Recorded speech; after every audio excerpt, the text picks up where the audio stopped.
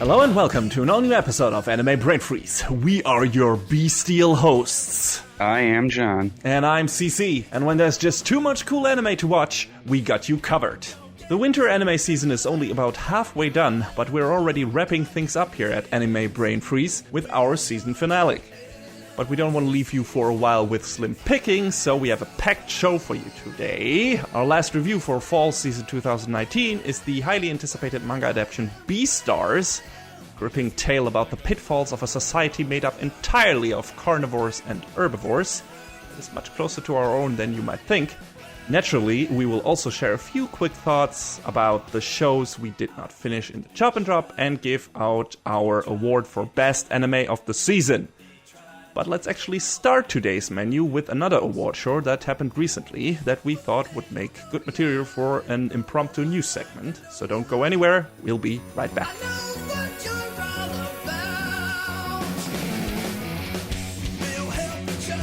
So yeah, recently there were the Crunchyroll Anime Awards, which started in 2017, I think? Believe so, yes, 2017. Okay.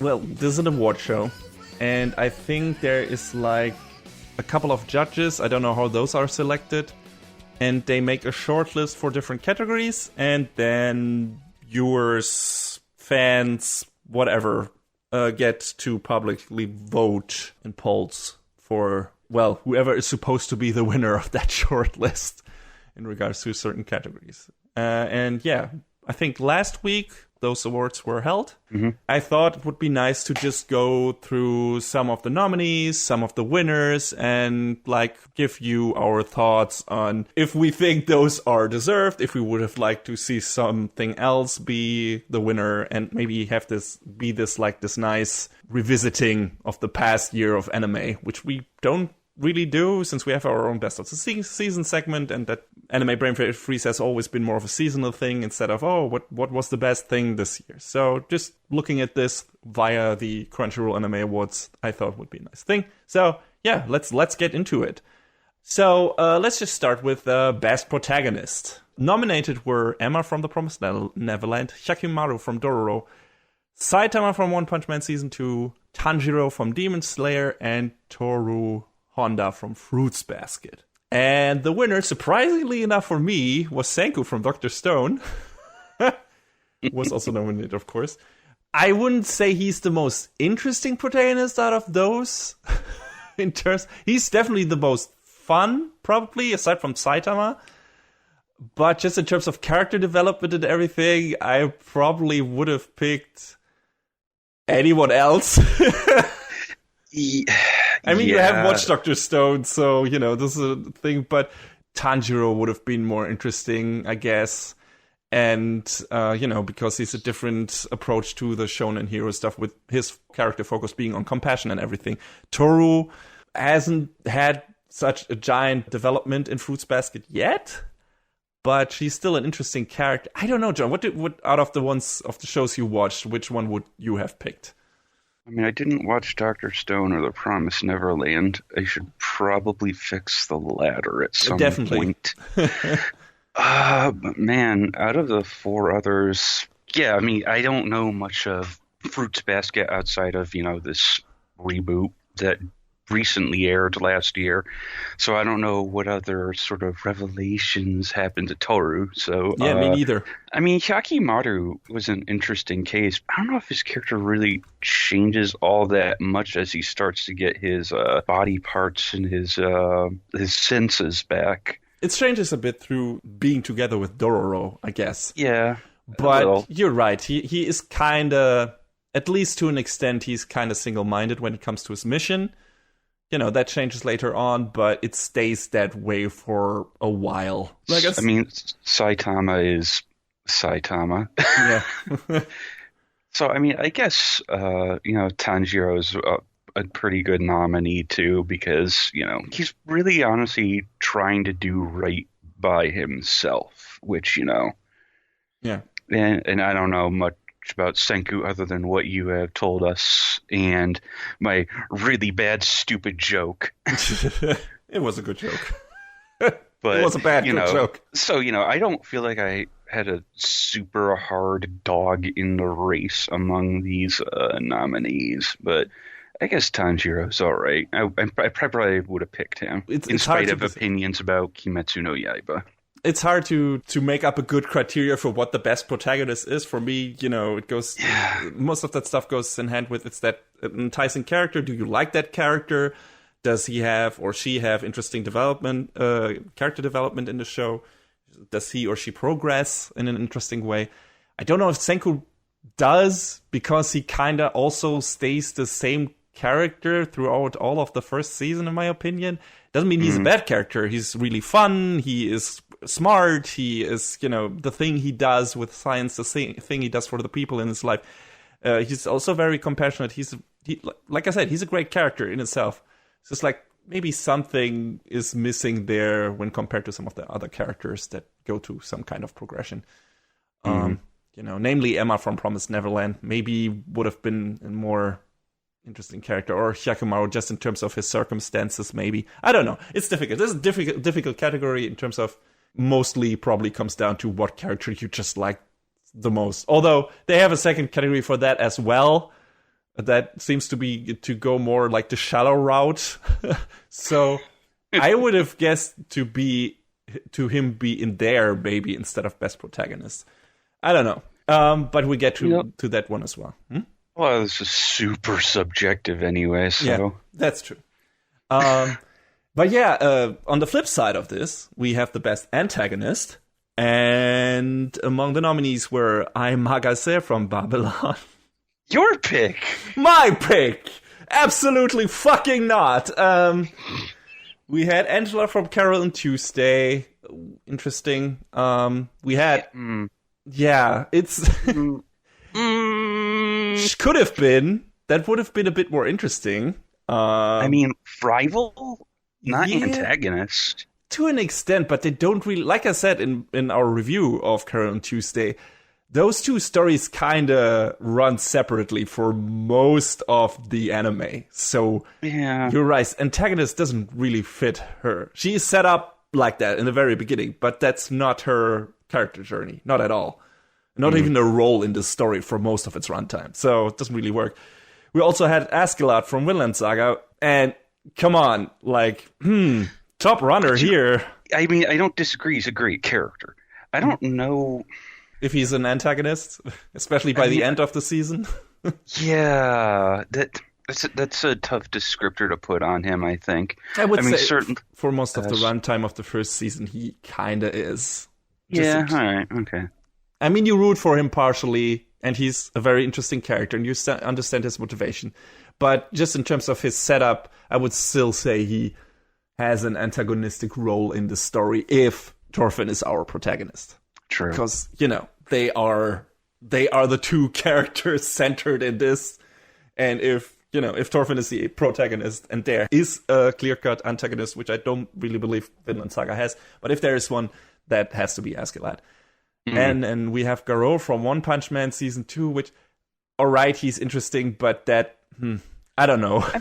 I like Garou because he's just trying to be an asshole because that's what he wants to do because of everything that happened to him. I don't know if he's a strong antagonist for it. Some interesting things, right? How he's set up and how he's different from the one-shot antagonists we'd had before in One Punch Man, who were basically like these jokes, kind of, mostly. Which is, super strong characters that would be the main evil guys in other series, and then Saitama comes across and just punches them once and they're done for. But, most of them were just like, hey, I either am the strongest and that's why I'm evil, or I'm just evil for being evil's sake. And Garou is one of the first ones who has actual motivation in a way. And it's interesting because he clashes more with the other heroes than with Saitama, really. And his fight scenes were the best thing about Season 2 in terms of they were. So... Man, that big fight at the end in the forest and the old warehouse. Season 2 doesn't look great, but when Garou is on stage, it does look the best it can be. So on the virtue of that, I'm glad that he was in there. And then lastly, from a show we have talked about yet, Overhaul from My Hero Academia Season 4. Yeah. Interesting antagonist, definitely. And I liked what they did with him in terms of the story. We'll talk about it more once we do our review of My Hero Academia. I don't want to take anything away from that for now, but I also don't think he should have won this category, which he didn't. Yeah, I mean, he's a side villain, interesting motivation, and again, relatable, understandable, but I can't say anything without it being spoilers. Yeah. So, like I said, we'll talk about it because that review will be a spoiler review, but for now, we'll keep our thoughts on Overhaul for ourselves. But yeah, I don't think he would have made the top list. The winner of this category is Isabella from Promised Neverland. You haven't seen Promised Neverland yet, but I think for me would come down between Isabella and Astolat from Vinland Saga. Those would be my top picks, so I'm fine with Isabella winning. She's a great antagonist in Promised Neverland. She is creepy, she's scary, she's powerful in her own way. Her motivation is understandable, but that doesn't take away from her menace and everything. So, yeah, I think that's a good pick. I'm pretty happy with that, but I also wouldn't have minded to see Astolat on the throne there. What is your thought on this? I don't think, again, you have much a horse in that race. Maybe Astolat. Yeah, I mean, I probably would have picked Astolat because I don't know anything about Isabella. Sorry. You should remedy that. I know. It's been... do you know how long my queues are on Crunchyroll, Funimation, and High Dive? I'm just saying, you still have time, but maybe get to it before season 2 rolls around. It's not a long season. I think this fall. This fall is going to be crazy. Promised Neverland 2, Attack on Titan 4, I think. So, yeah. I will endeavor to do my best. Yes. That's a good idea. So, next category, or next two categories, are Best Boy and Best Girl. I don't understand really what this category is supposed to be. I mean, I am aware of the terms, like who the best boy and best girl of anime is, which usually mostly the most likable character, just not necessarily the best one, but just the one that you like to see on screen in any given show. Most sympathetic, maybe. Pretty much, yeah. Yeah. So for the boys, we had Bruno Bucciarati from JoJo's Bizarre Adventure, Golden Wind, Yakimaru from Dororo, Kanata Hoshijima from Astra Lost in Space, Naruto Machio from How Heavy Are the Dumbbells You Lift, show we both didn't watch. And I had heard it was funny, and I had thought about checking it out in some free time, but I just haven't. Me neither. And then lastly, Shigeo Mob Kageyama from Mob Psycho 100 Season 2. But the winner was Tanjiro Kamado from Demon Slayer. So he didn't win Best Protagonist, but he won here, so I guess, okay, it's fine. I mean, I guess that's fine. He's a super sympathetic character, so... That pick doesn't bug me. Yeah. But, I mean, Mob. Yeah, you're right. Mob's a good boy. He's one of my favorite anime sons, and I just want to see him do well in life. Yeah, definitely. Alternatively, I probably would have picked Kanata. Yeah, Kanata is great. Like, this category is just filled to the brim with sympathetic characters. Yakimaru is the odd one out, I would say.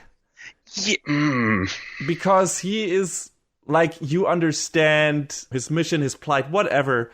But during some of the runtime in Dororo, he's not always easy to like in how single-minded he is when it comes to his mission. You know, there are some great emotional moments where you really get to like that character a bunch. But just when it comes to pure fun on screen, sympathetic presence on screen, I would say he's probably the least enticing ones in this list. Which doesn't mean he's a bad character, not at all.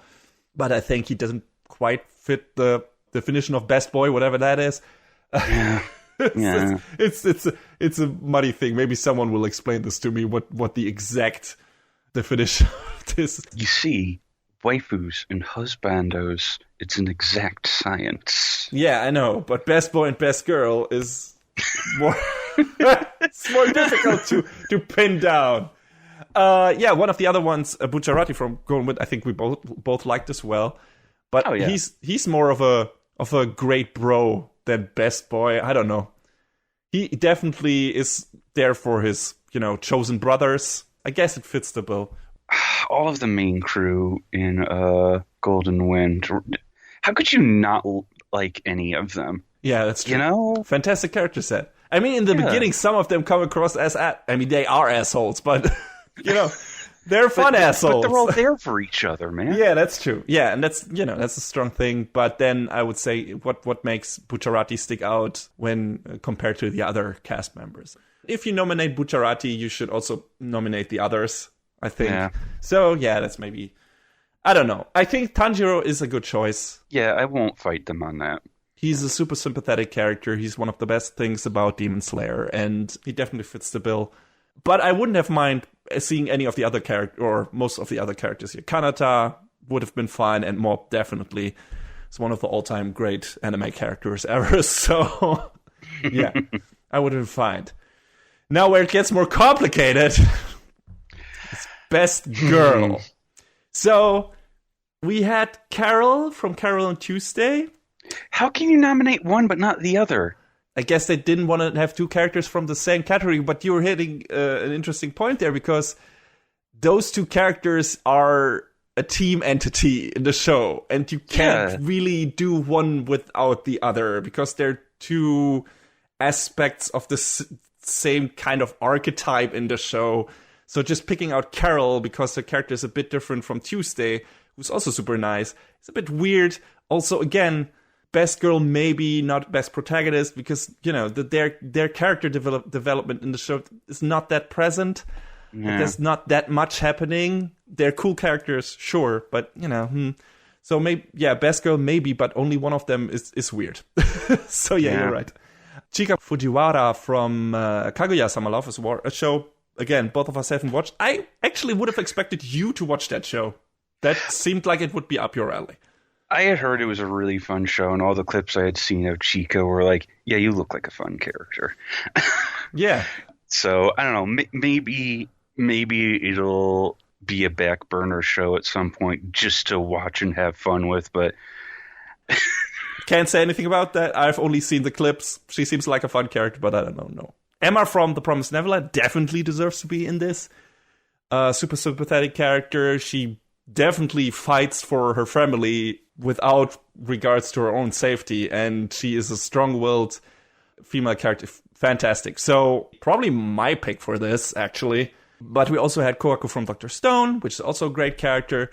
I guess Best Girl fits because she's very supportive, she is fun, she's very sympathetic, but she's more of a side character, so maybe not as prominent as Emma is in The Promised Neverland. I don't know if that's relevant to this category, but she could have been my pick too. But I would probably give it to Emma in this case. Another nominee was Nezuko from Demon Slayer.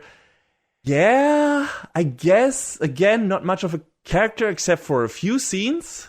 Yeah. But she is very likable. Like when she breaks out of her, hey, I behave kind of like a robot that mostly sleeps during the show and only comes out when, when someone needs to be punched in the fucking face, which is cool. Don't get me wrong. But at least in this first season, there is not that much to her character aside from being the cute little sister character. And then, that one super kick-ass moment, which maybe is a good enough reason to put her in this category. I don't know. I mean, she at least has screen time compared to all of the other female characters in Demon Slayer. Yeah, that's true. How much screen time does Shinobu have? Yeah. How much does Kanao have? And to be fair, they're only introduced relatively late in the story, but you're right. If you would pick anyone from Demon Slayer, it would be Nezuko.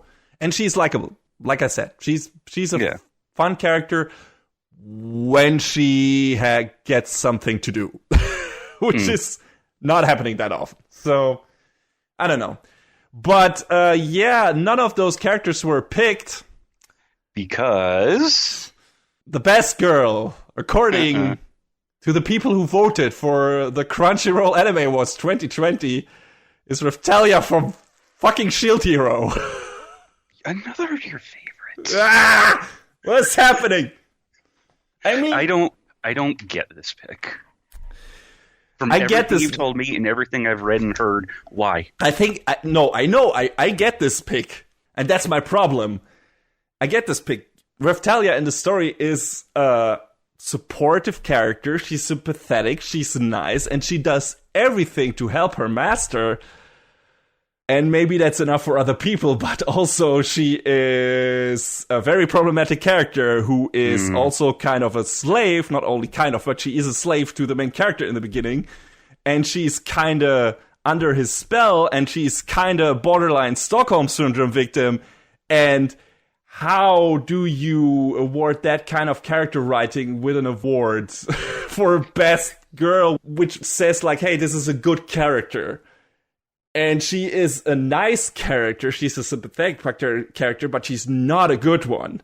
She's kind of offensive in a way. And, you know, that pick does not sit well with me. That's a bad choice, in my opinion. Really, really bad. That's not, no.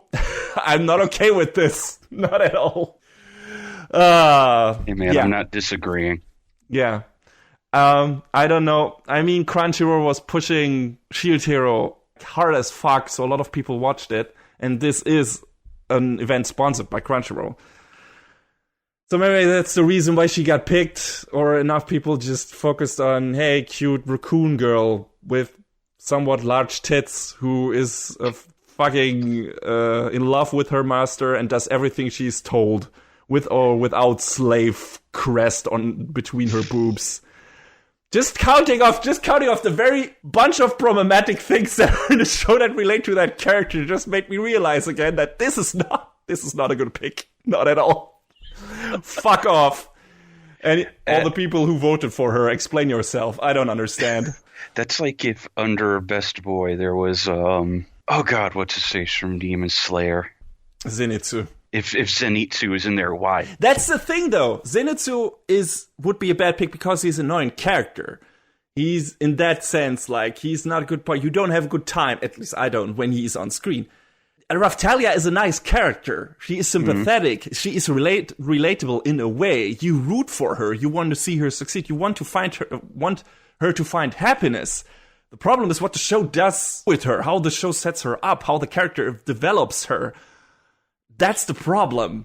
And I don't feel like... but again, this might be a definition thing. I'm not sure what the definition is of best girl. If it's just nicest girl, then maybe... But the reasons why she is so nice are very problematic. So, nope. Please give it to Emma or Kohaku. But this is bad. Not a fan. As a brief aside, I think it's worth noting that it's kind of nice that some of the titles and characters run out on the Anime Awards aren't just from shows that are exclusive to Crunchyroll. Yeah. Which would kind of narrow the scope of this in a really bad, weird way. It would also exclude a bunch of fantastic titles like Vinland Saga. Right? That characters from that are in there is super good, but that show is being streamed on Amazon Prime. So, you know, if this was exclusive to Crunchyroll stuff, then that wouldn't be on there. And that would be a shame. So, yeah. Karen, Tuesday too, right? That would be Netflix. So, yeah, you're right. That's good stuff. But also the awards wouldn't work. They would have to call them just the Crunchyroll Awards.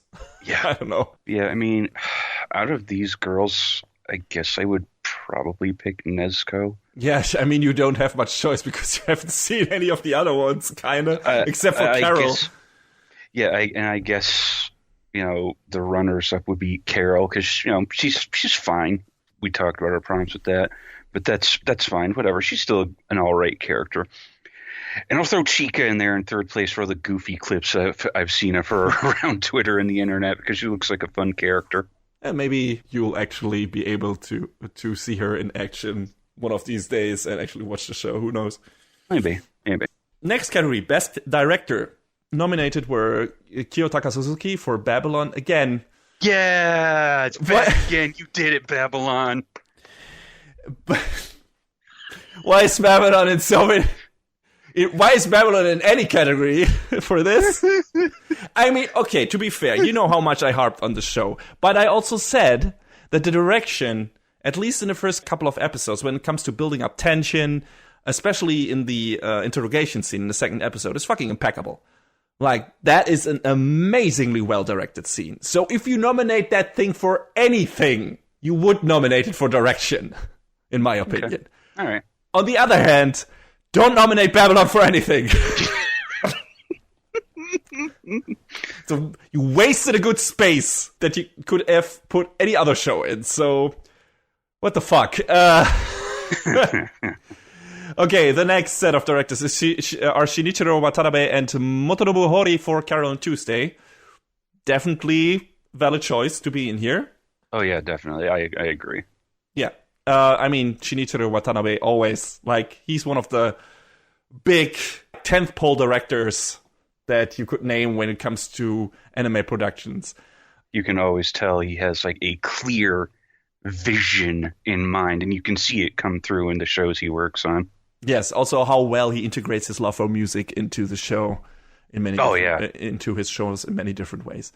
It's, good stuff.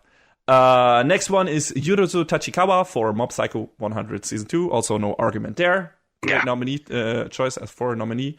We both unconditionally love Mob Psycho 102 in every way. Not only because of its story, but also, the direction, the look, everything. It's fantastic pull-up show. It's a great adaptation. And if you consider how the source material looks, turning it into something like this for an anime probably also can be attributed to the director as well. So, good stuff.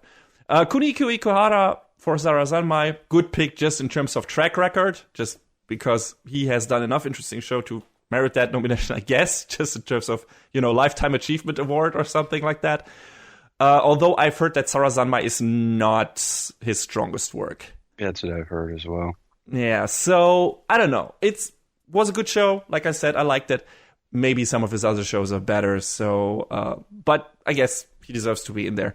I'm most familiar with him for, the original Sailor Moon, which, I never watched the original, like, beginning to end, but I feel like I watched enough of it to get an idea of what it was, what his style was like. And now, Revolutionary Girl Utena is finally on a streaming platform on Funimation. Huh. So I feel like I should watch that, fucking finally. So, that's another one of his works that's apparently worth watching. Yeah, and I think I'm going to check that out as well. So next one is Shuhei Yabuta for Vinland Saga, and yes.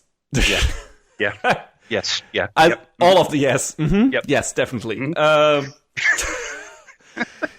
I think, that would have probably been my pick for all the reasons we named in our review, because the direction in Vinland Saga is fantastic. But the winner for this category is Tetsuro Araki for Attack on Titan Season 3.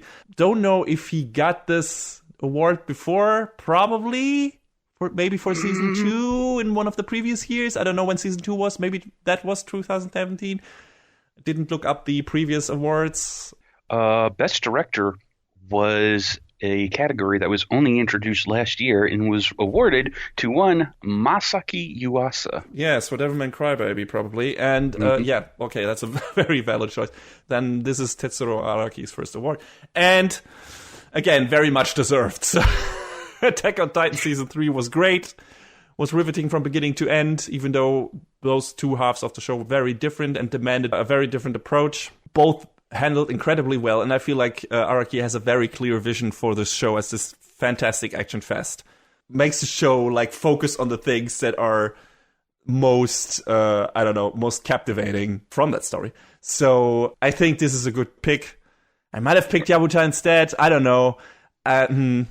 Yeah, it's like flip a coin. Ask me on a different day, and maybe my answer will be different. But those are probably the two best choices in this category. I mean, Tachikawa for Mob Psycho 100 Season 2 as well. It's tough. It's tough. But we also already had Attack on Titan in previous years and Mob Psycho in previous years, which isn't supposed to detract from the achievements those two shows made in those respective seasons. But yeah, I don't know. Vinland Saga made such a strong debut, and it's tough. It's tough. Attack on Titan Season 3 is the strongest season of Attack on Titan, probably. And Mob Psycho 102 is arguably stronger than its first season, at least in some ways. But those may be more in the character development, but also the visuals, and it's tough. It's really tough. Like, it could have been either of those three, honestly. Like, good stuff. I mean, we like Carol and Tuesday too, but again, just in terms of the look of the show, the feel of the show, the scene composition, pretty much everything, like the way the shows were steered into a specific direction, all the different jobs a director might or might not have.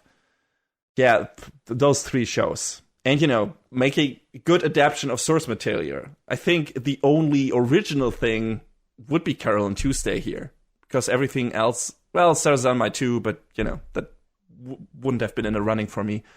But everything else are adaptations. So, yeah, I mean, that's also a thing. Like, you have to make stuff work that maybe wouldn't work if you just adapted it directly from the source material and didn't change it a bit. So that's also important. And yeah, I think those three are the top when it comes to, having the best direction. It's tough to choose. Could be anyone. But I'm happy with it being Attack on Titan season 3. I'm totally okay with that. Mm-hmm. We are spending already a lot of time on this, so let's try to quicken up the pace. Best animation. Oh boy. I mean, what can you say? We have Attack on Titan season 3. We have Demon Slayer. We have Fate Grand Order. We have Sarazanmai. We have Vinland Saga. The winner was Mob Psycho 102. No argument there, but probably pretty much every other one could have taken that category too, but I think it went to the right one because Mob Psycho 100 season 2 is the most creative thing in terms of animation.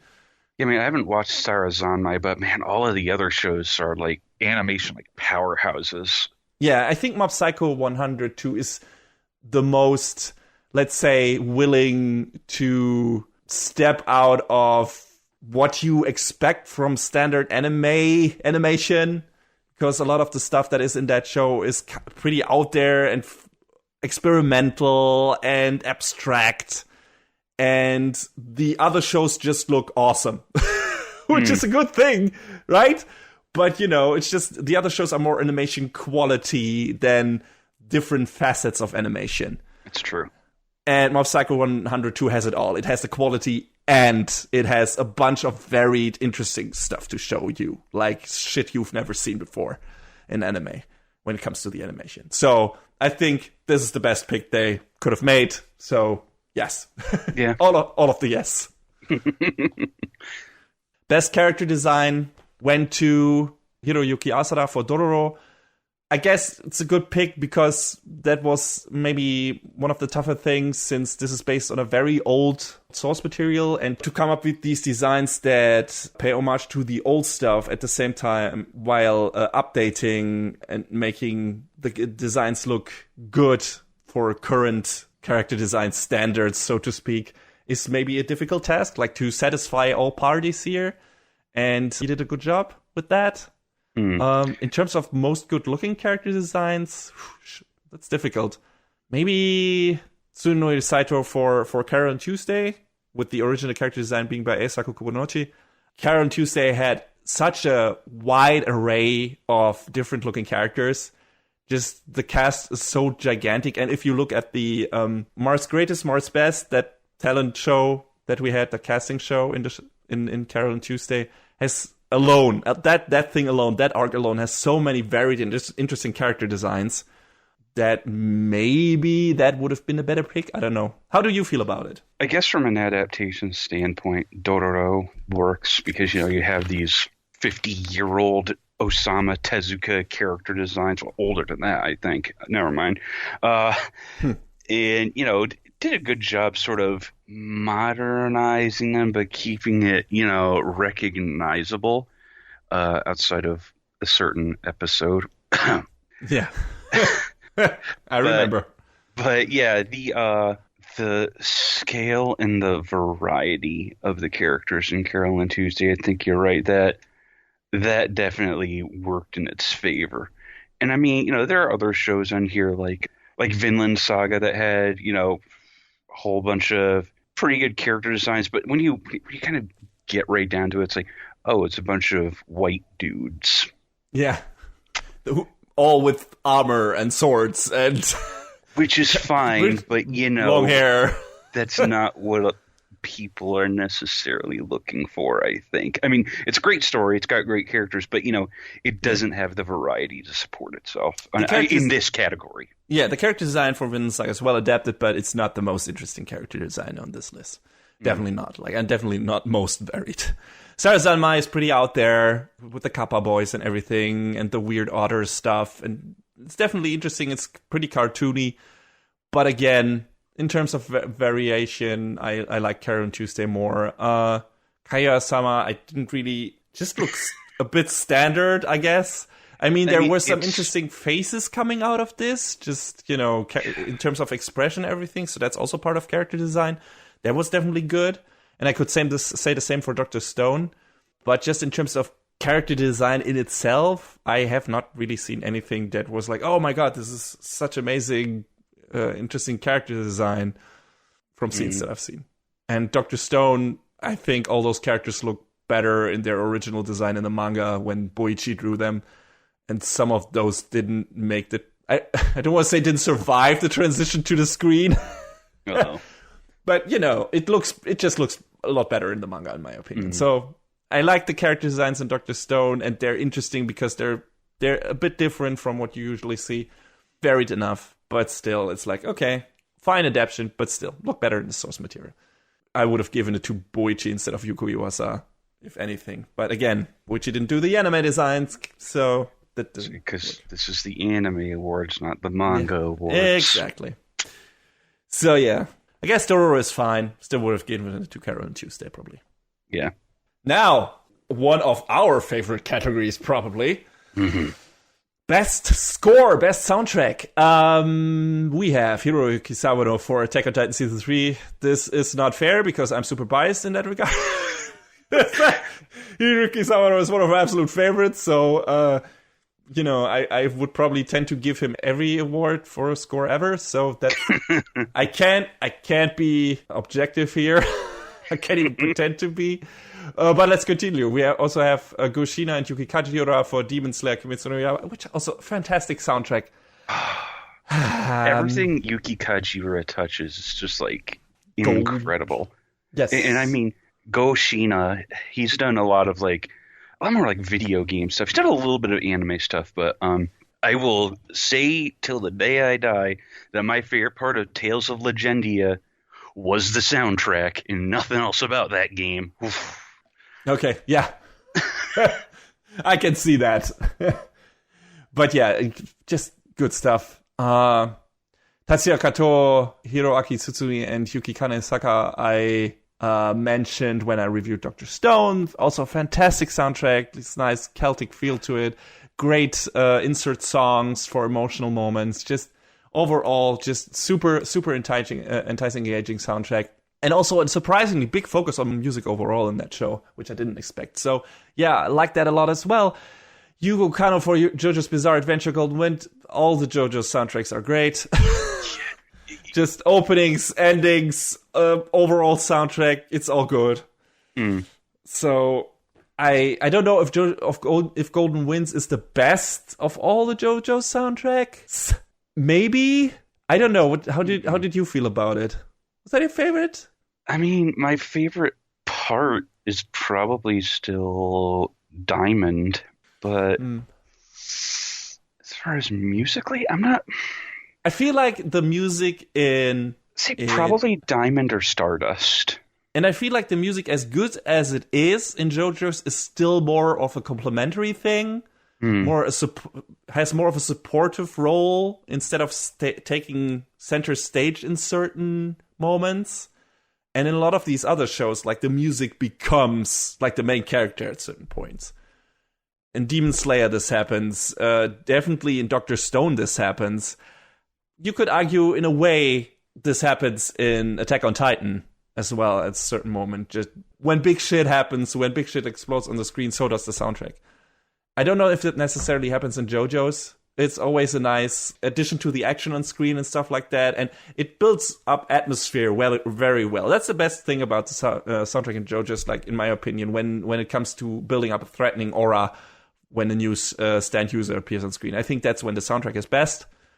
probably wouldn't have put it over the other nominations in this category, at least most of them, even though I like it a lot. Last of the nominees that didn't win was Kevin Penkin for The Rising of the Shield Hero. I hated that show. The soundtrack was great. So one of the only good things about Shield Hero is the soundtrack. So yeah, I remember you saying that. And Kevin Penkin also did a fantastic soundtrack for Made in Abyss. So yeah, he's a great composer, and I think he deserves to be on here. For if Shield Hero has to be nominated for anything at all, it must be the soundtrack, because that's one of the only good things in that show. So, but none of them won. Like I said, winner was Maki for Carol and Tuesday. And it's just a fucking good pick. Just in terms of what the show is about, this was the only pick you could make as winner, kind of. Yeah. Because Karen Tuesday is all about music. So the score is so fucking varied and interesting and, pulling from all kinds of genres. I mean, Karen Tuesday themselves usually make, this standard acoustic songwriter stuff, mostly, going in a pop direction. But like I said, in that casting show, in that contest thing, you have so many wildly different styles. And, music is... That show is such a love letter to music, like a bunch of other shows by Watanabe are. And, of course, it had to be Karen Tuesday. I like a lot of the other soundtracks, a bunch. But if you didn't pick Karen Tuesday for best soundtrack of the Anime Awards for 2020, what the fuck are you doing? To quote one Reggie Fils-Aimé, what's wrong with you? Yeah, exactly. That couldn't have gone any other way. Otherwise, it would have been a travesty. So, yeah, the only possible pick, and I'm glad that did. So, good stuff. Best fight scene is kind of a spoiler, at least when it comes to the winner. So, I mean, a lot of these are spoilers. Yeah, kind of. I don't know if I want to talk about it, John. Because it's like the title of the scene gives away some of the best scenes in those respective shows.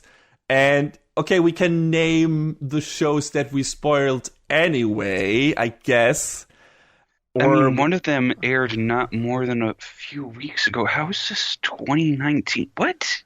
Well, it's 2020. It's like it includes everything up to whenever those awards are.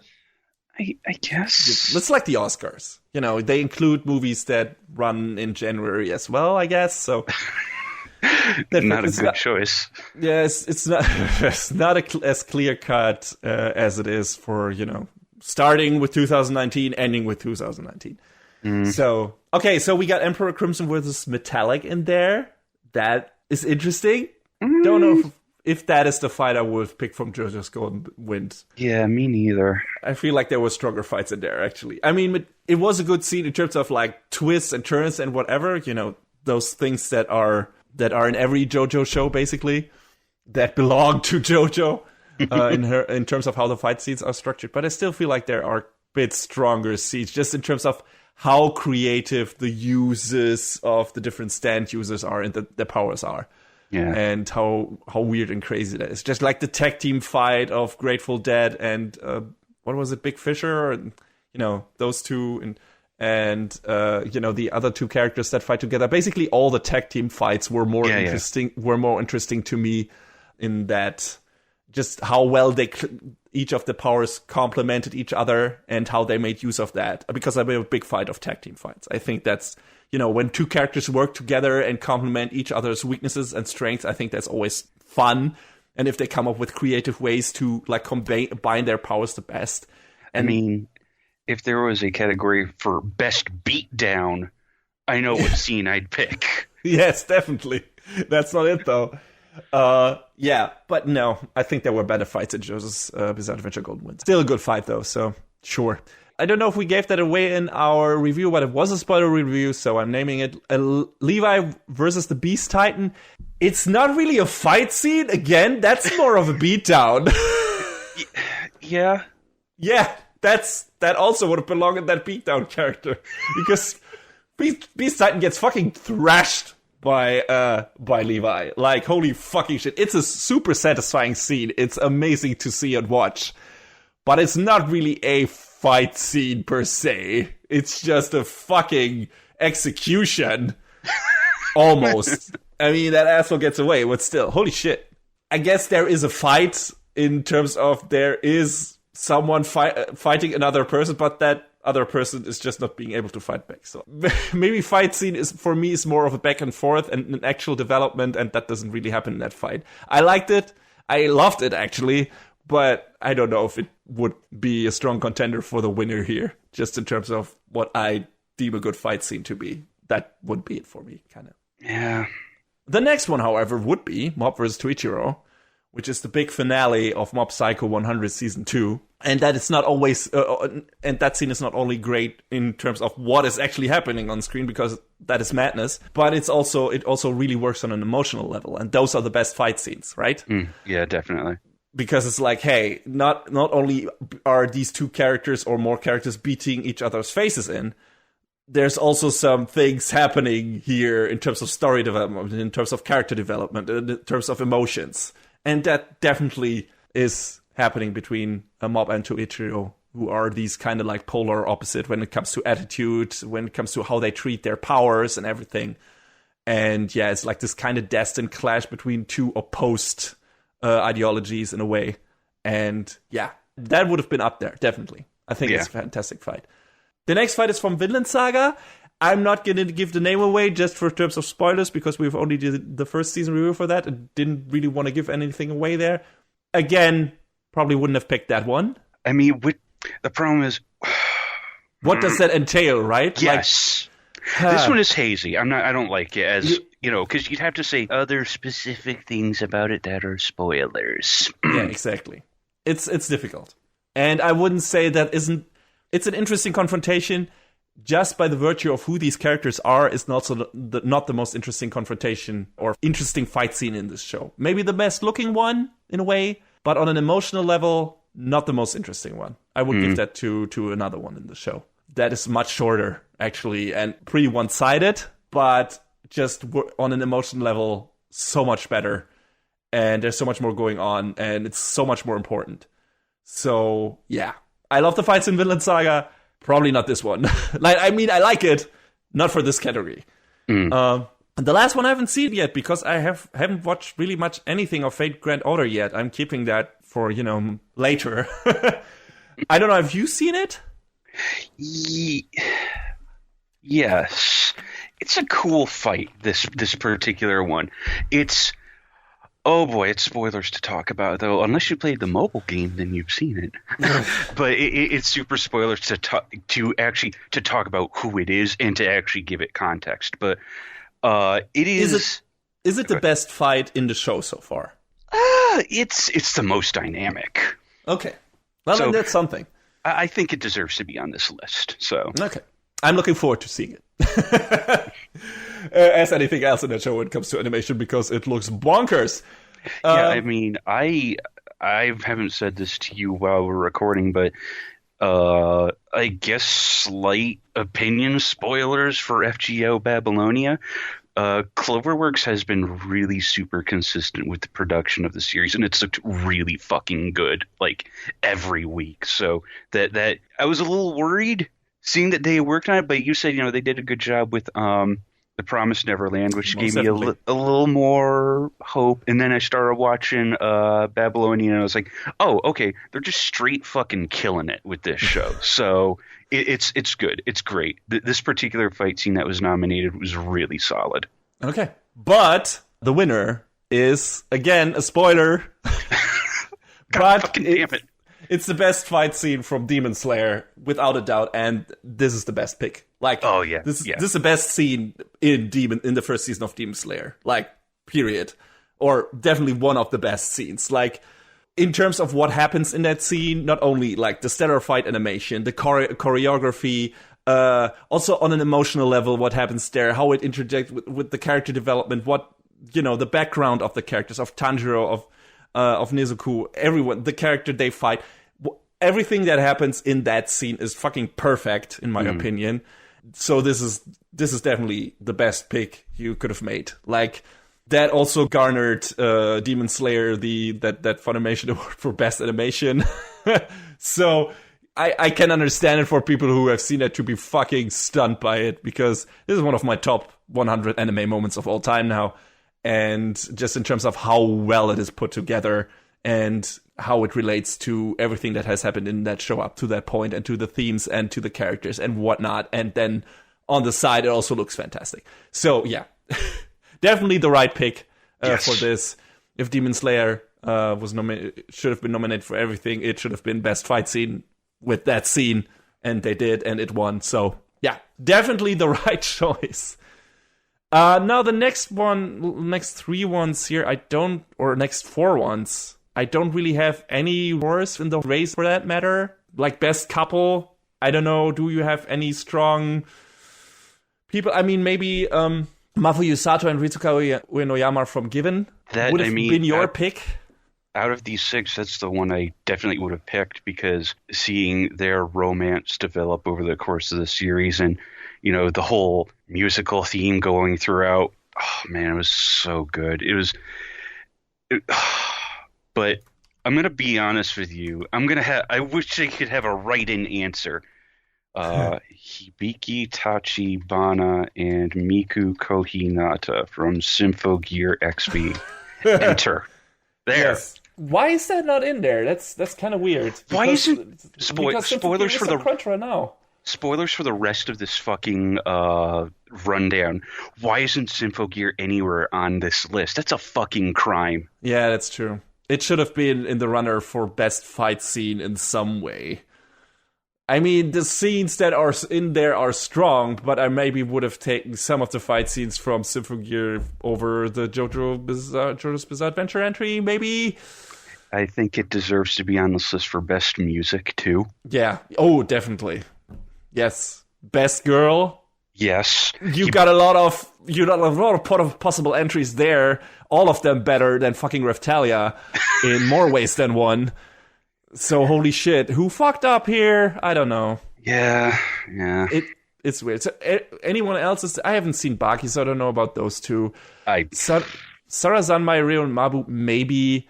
Their relationship is interesting. Also, that doesn't really happen that much in that show with them. That would make it a winner for me. Rika and Shun from Omains in Your Seventh Season. Those two are cute together. And considering where Sonazaki starts and everything, I guess that's cool, and how her relationship develops and everything.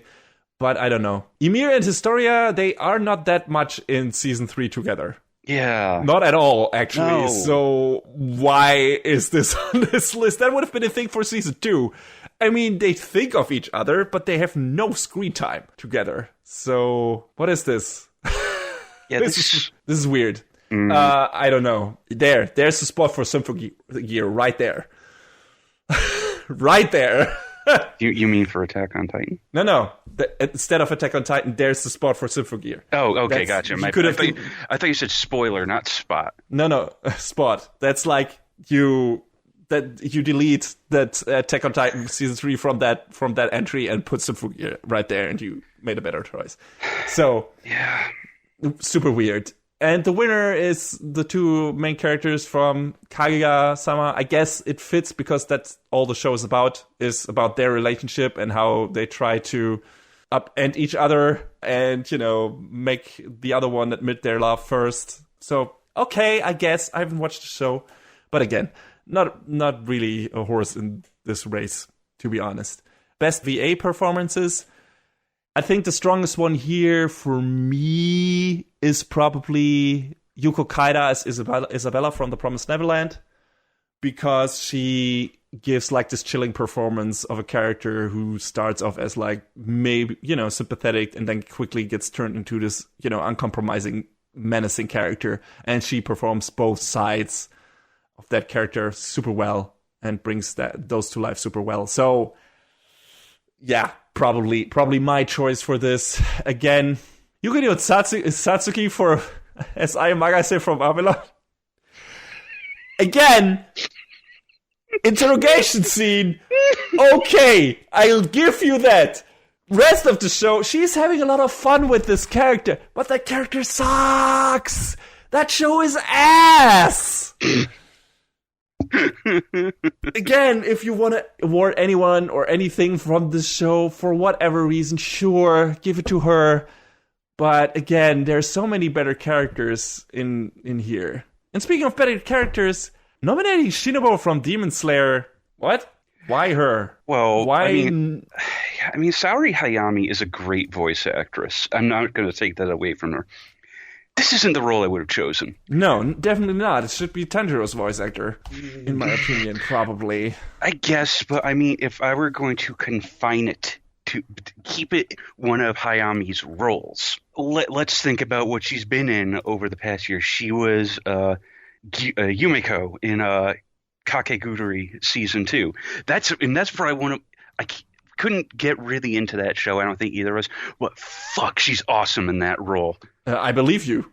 I haven't seen much of you've Kakegurui, but what I've seen, she has a lot of fun with that role. Yeah, she goes crazy, like, hey, let's gamble, boys. And it's just like this manic, like, performance outside of anything else I've ever seen her do. And it's like, God damn. Yeah, but if you want to nominate someone for Demon Slayer, it should have been Natsuki Hanae. Yeah. Because that's just a more varied role, in my opinion. Just in terms of, being angry, but also being incredibly compassionate at the same time.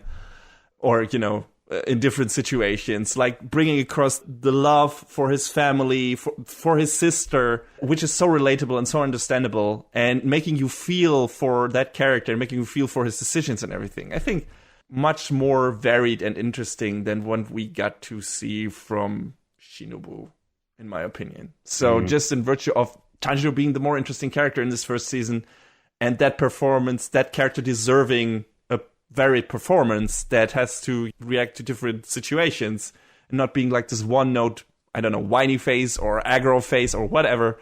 I think this should have gone to Natsuki Hanae. I mean, you're right. I'm just trying to reframe a lot of these as some of their other roles that I think were a lot stronger. Yeah. Like, I don't know. I don't have context for Senku, but Yusuke Kobayashi also played Arthur Boyle in Fire Force, and we love that guy. We love that character. We love his performance. Yes. He's great. But also, both of them more comedic characters. Senku is also more comedic, but also he has a few emotional moments in that show that ring true and to deserve a different kind of performance. So I think this is probably a more demanding character. And, if you want to pick anyone from Dr. Stone, I can think of one other character, but he's not as important. Also a spoiler. So, yeah, probably would have given it to Senku if I would have given it to Dr. Stone. That's right. Yeah. Saori Hayami was... in Astra, she was Yunha. Yeah, that was a pretty interesting character, and she played that really well too. Yes, also not as prominent of a character, but yeah, she has a very important emotional scene with the song and everything. So, yeah, that definitely good. None of them come close to Yuko Kaida's performance as Isabella, in my opinion. So that's a good pick. The character from Zara-san, my neither. Yuichi Nakamura as Bruno Bucciarati from JoJo's Bizarre Adventure going with 1. Again, not my pick. Would have been Yuko Kaida. All right, sure. I mean, he's a cool character, but I don't know, is that performance...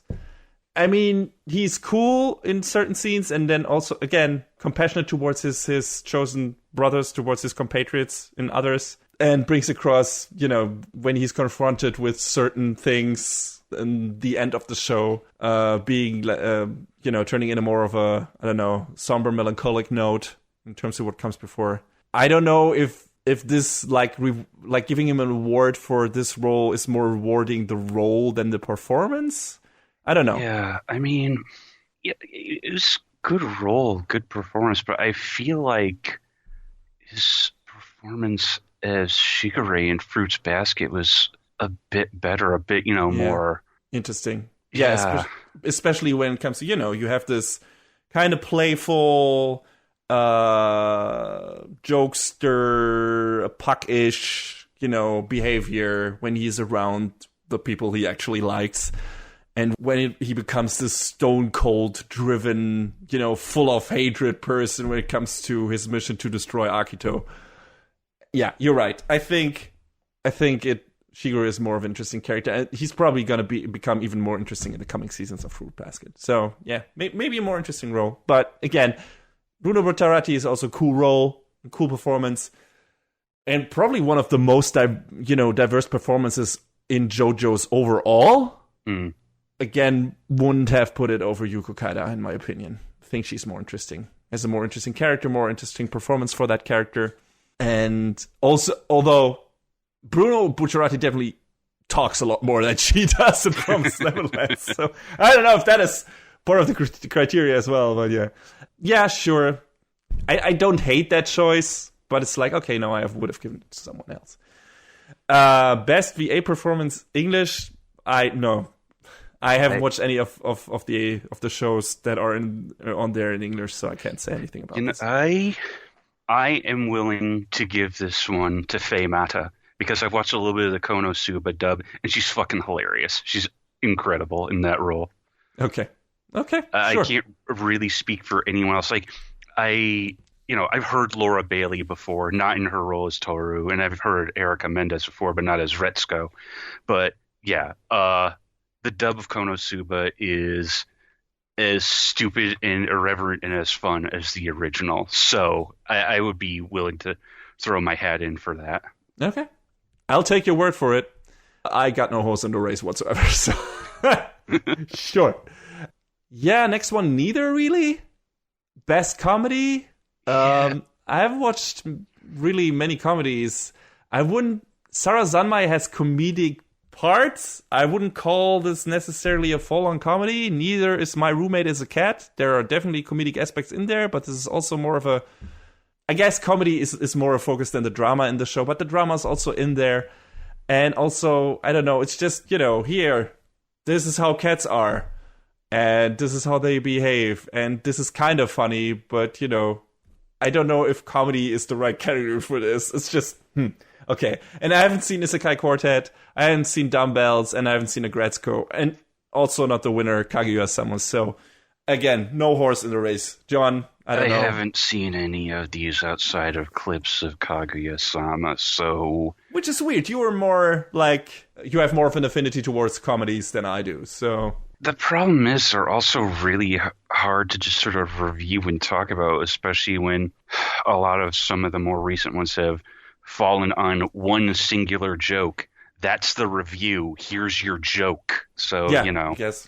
Sometimes I'll watch something on my own time just to watch it, but to, sit down and critique a comedy that only has one joke, it's not worth my time. It's not worth the listener's time. It's not worth your time. Yeah, okay. I can see that. I mean, we have reviewed comedies before on this show, but ones that are, recent. I feel like good. Yes. If or I at least interesting. If I sat down next season and said, hey, I want to review Oda Cinnamon Nobunaga, spoilers, I'm not going to be. The review would be, the dog is Nobunaga. That's the joke. That's the show. I mean, we have reviewed Gamers, so... Not a clean record, really. It tried to do stuff and it failed very hard, but it tried. That's true.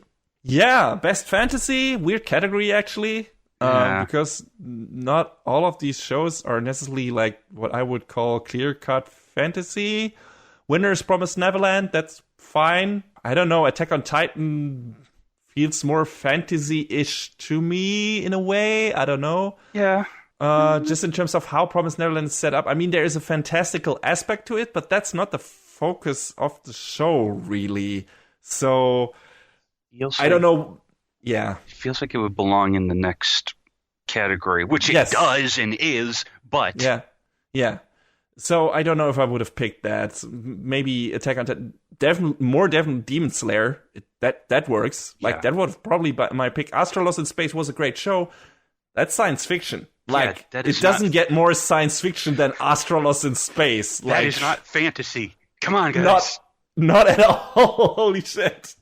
What the fuck? I mean, maybe there is not as much science fiction out there, so they couldn't make a category for that and wanted to name, to bring up Astro Lost in Space anywhere. So I guess. I mean, sure, there's sci-fi out there. You have also The Price of Smiles. Yeah. So I don't know. All right. Could have put a mob in there, maybe. That's also kind of fantasy, but also no. That's also kind of science fiction. Yeah. If you want to go by power set, I guess that's more of a science fiction thing. Espers are, I guess, kinda, maybe. That's like a blurry line.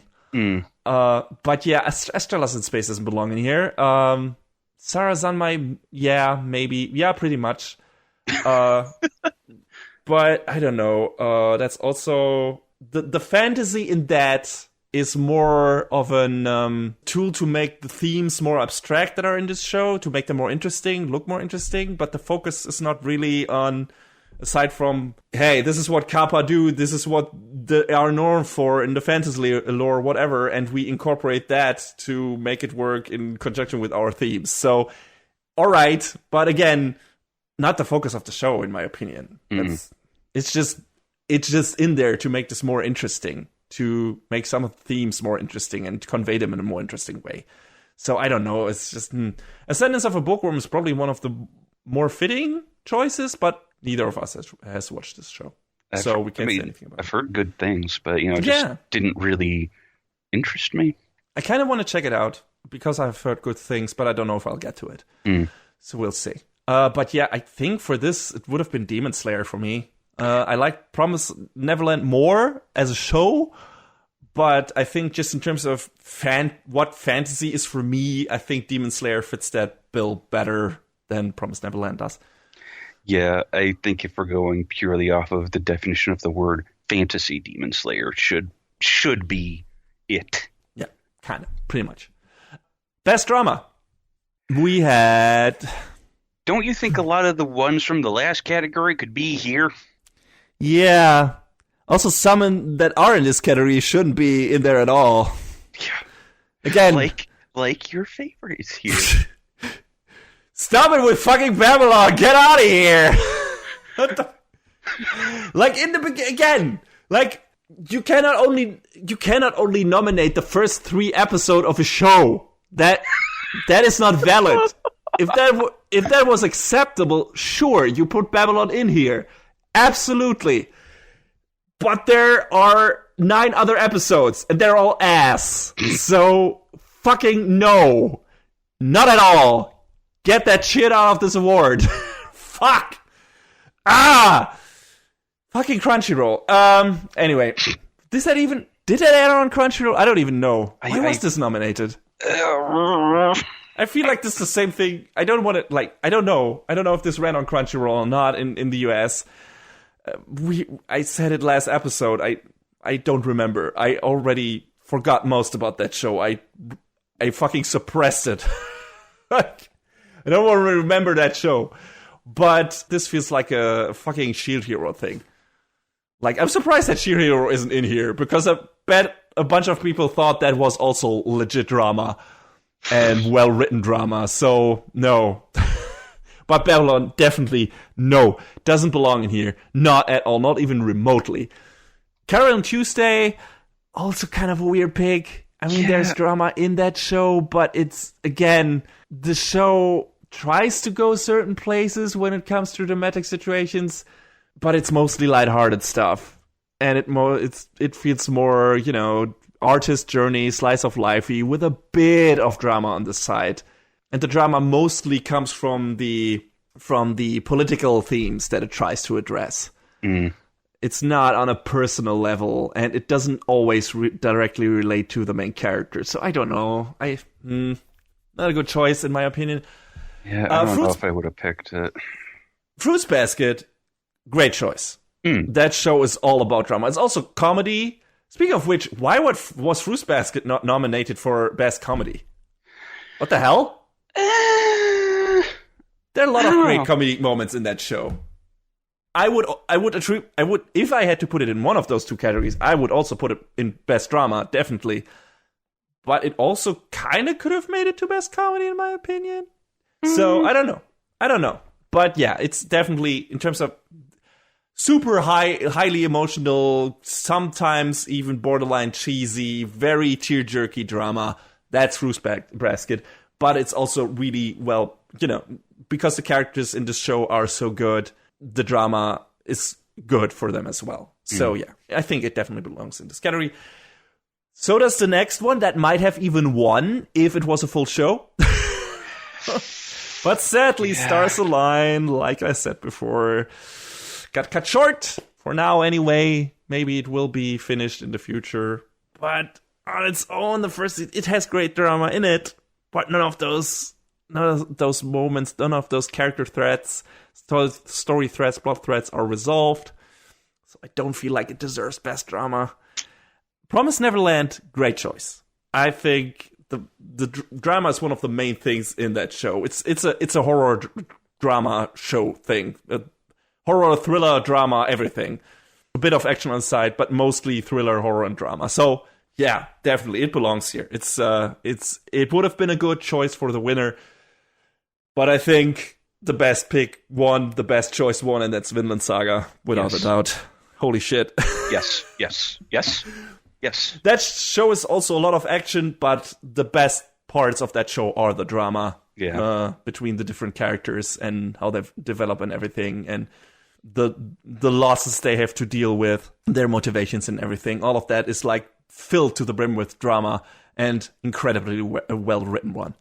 So yeah, best winner. I don't know, John. Do you argue with that? I mean, no.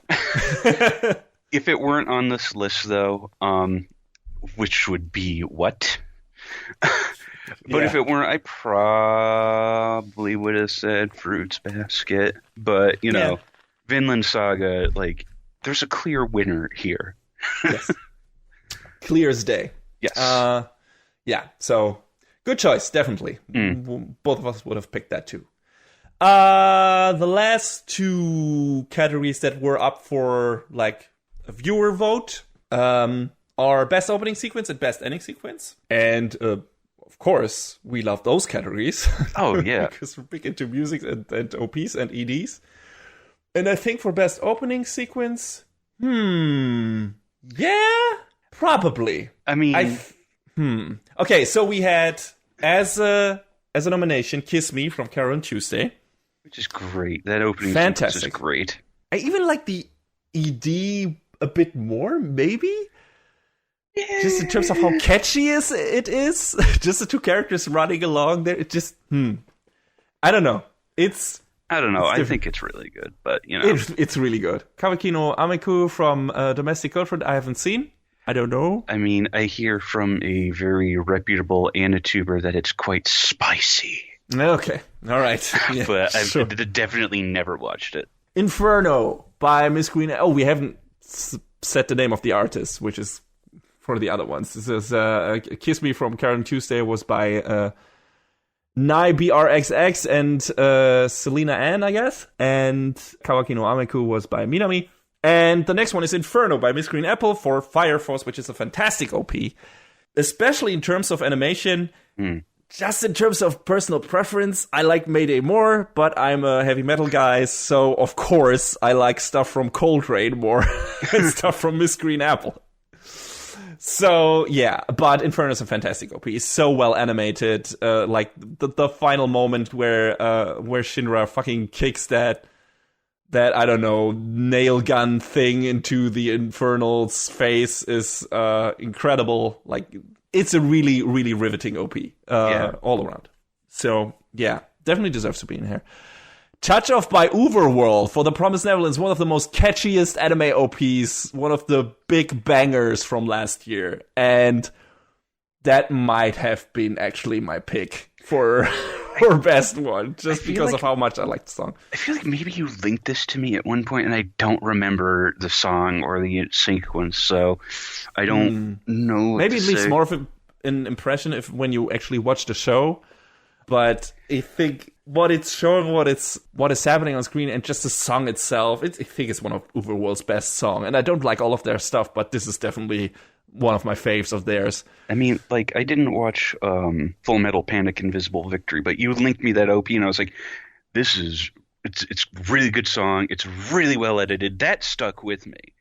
Yeah. This I don't remember having looked up or seen, so... maybe once you actually get to watch Promised Neverland, it will just fucking dig a hole inside your mind just as it did for me. And just stay there for a long time. So, yeah, I don't know. But yeah, I really liked it. Might have been my pick. Another one that might have been my pick, this time not necessarily personal preference, but how much I like how it relates to what's happening in the show, is Mukanjo by Survive Set the Prophet for Vinland Saga. I've only recently just dug into Survive Set the Prophet's discography after actually looking that up and looking up who actually is the front singer for Survive Set the Prophet, because that was Yosh, who also did a bunch of stuff with Hiroyuki Sawano, and I wasn't aware he was the lead singer for Survive Set the Prophet, so I checked out their stuff, and I really like it. Mukanjo is not my favorite song of theirs, but it's good, and I think it fits very well into what's happening in Vinland Saga in regards to Thorfinn's character arc. So I think, I mentioned it in the review, I think that song is a really good pick when it comes to what that character steer is, his raw emotion, all the hatred and anger and angst bottled up inside of him. So yeah, I think that's a good song pick, even though that's not my favorite song of Survive Set the Prophet, and not even in necessarily of all of these picks. Definitely, I like Touch Off a lot more. And you also like the second OP from that show by Men with a Mission. Yeah, like you said back in the review, the first intro sequence thematically is probably stronger than the second, but the second song, Dark Crow by a Man with a Mission, I think is musically, to me, stronger than the first. So it's kind of weird trade-off. Animation-wise, also, I think the first OP of Vinland Saga is a bit more interesting than the second one. Yeah, I think the second had some recycled scenes in there. Yeah. So, yeah. That's cool, too. I think the first OP is stronger just in terms of the storytelling. So, definitely deserves to be on here. The winner is 99.9 by Mob Choir feat. Sajo no Hana for Mob Psycho 100 Season 2. Great choice. I think I like this OP even more than the first Mob Psycho 101. Maybe? I'm not sure. I love them both to death. I like it a lot more. Like, I like the 99 a lot, but as soon as they hit you with 99.9 in that first episode of Season 2, I was like, yeah, this is the best opening of the year. And that was in January. Like, and animation-wise, it's super, like, holy shit. What's almost the first one? I think 99's build-up is a bit better, just how it revs up, counting up, and then the music kicks in. I think that's a bit cooler, but the rest of the song, 99.9, is better than the first one. But in terms of what's happening on screen, like, both OPs are equally cool. I mean, there's more actual fighting in 99.9, so more actual action than just crazy shit happening on screen, and you don't know what any of this means. I guess this comes down to personal preference. Do you want to see crazy psychedelic shit, or do you want to see some cool action choreography added to that as well? And, depending on what your preference might be, you might pick one or the other. But they're both fantastic OPs, and definitely a good pick for winner in this category. So yeah, good stuff. Yay. Could be more happy with this. Best ending sequence, of course, always more low-key than the OPs, but also can be a nice, bookend to what was happening in the show. There's a couple exceptions on this list, I think. Yeah. I think from the ones I've seen... shit. I don't remember right now. Maybe it's been too long. The ED for Dororo. I don't know if that left a great impression. Maybe my memory is just fuzzy. Hold Me Now from Karen Tuesday is great. Veil from Fire Force is great. It sounds like a fucking bop. Torches by Eimer. Is that her name? Is that how she's pronounced? Yes. For Vinland Saga is probably my favorite, I think. Yeah, it's so haunting in certain scenes, considering what comes before it. Some of the most, riveting things or disturbing things that you see in that show, and then that ED hits. So, yeah, probably just in terms of how it contrasts what else happens in that show and how it wraps up one episode, it's probably my favorite. But what's yours? I mean, I really like Veil a lot. It's nice. Yeah, it's a good, sort of oddly upbeat for an ending sequence song, but it still is. It's really good. I really like it a lot. I'm not gonna lie to you though when I say that I feel like the Kaguya-sama ending sequence at least bears mentioning, because even though that dance it won. Yeah, I mean, yes. Even though that dance is super rotoscoped, it looks good and it's a really fun sequence to watch. So it's neat. And it caught the eyes of all the memes. Yeah. Yes. Yeah. Yes. Yeah, I can understand why it won. Wouldn't have been my pick just because I haven't watched the show.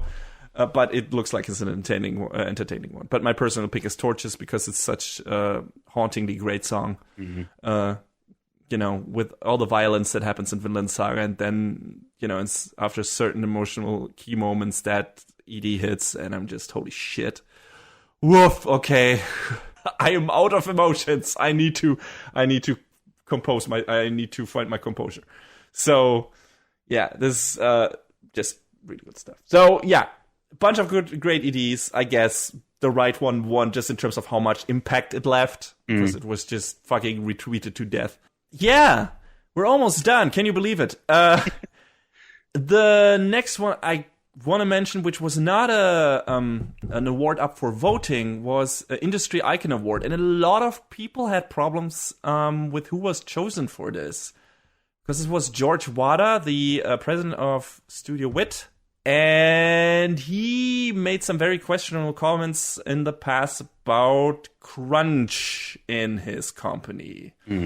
Where he said stuff like, hey, all my employees are basically zombies that live off energy bars, which is...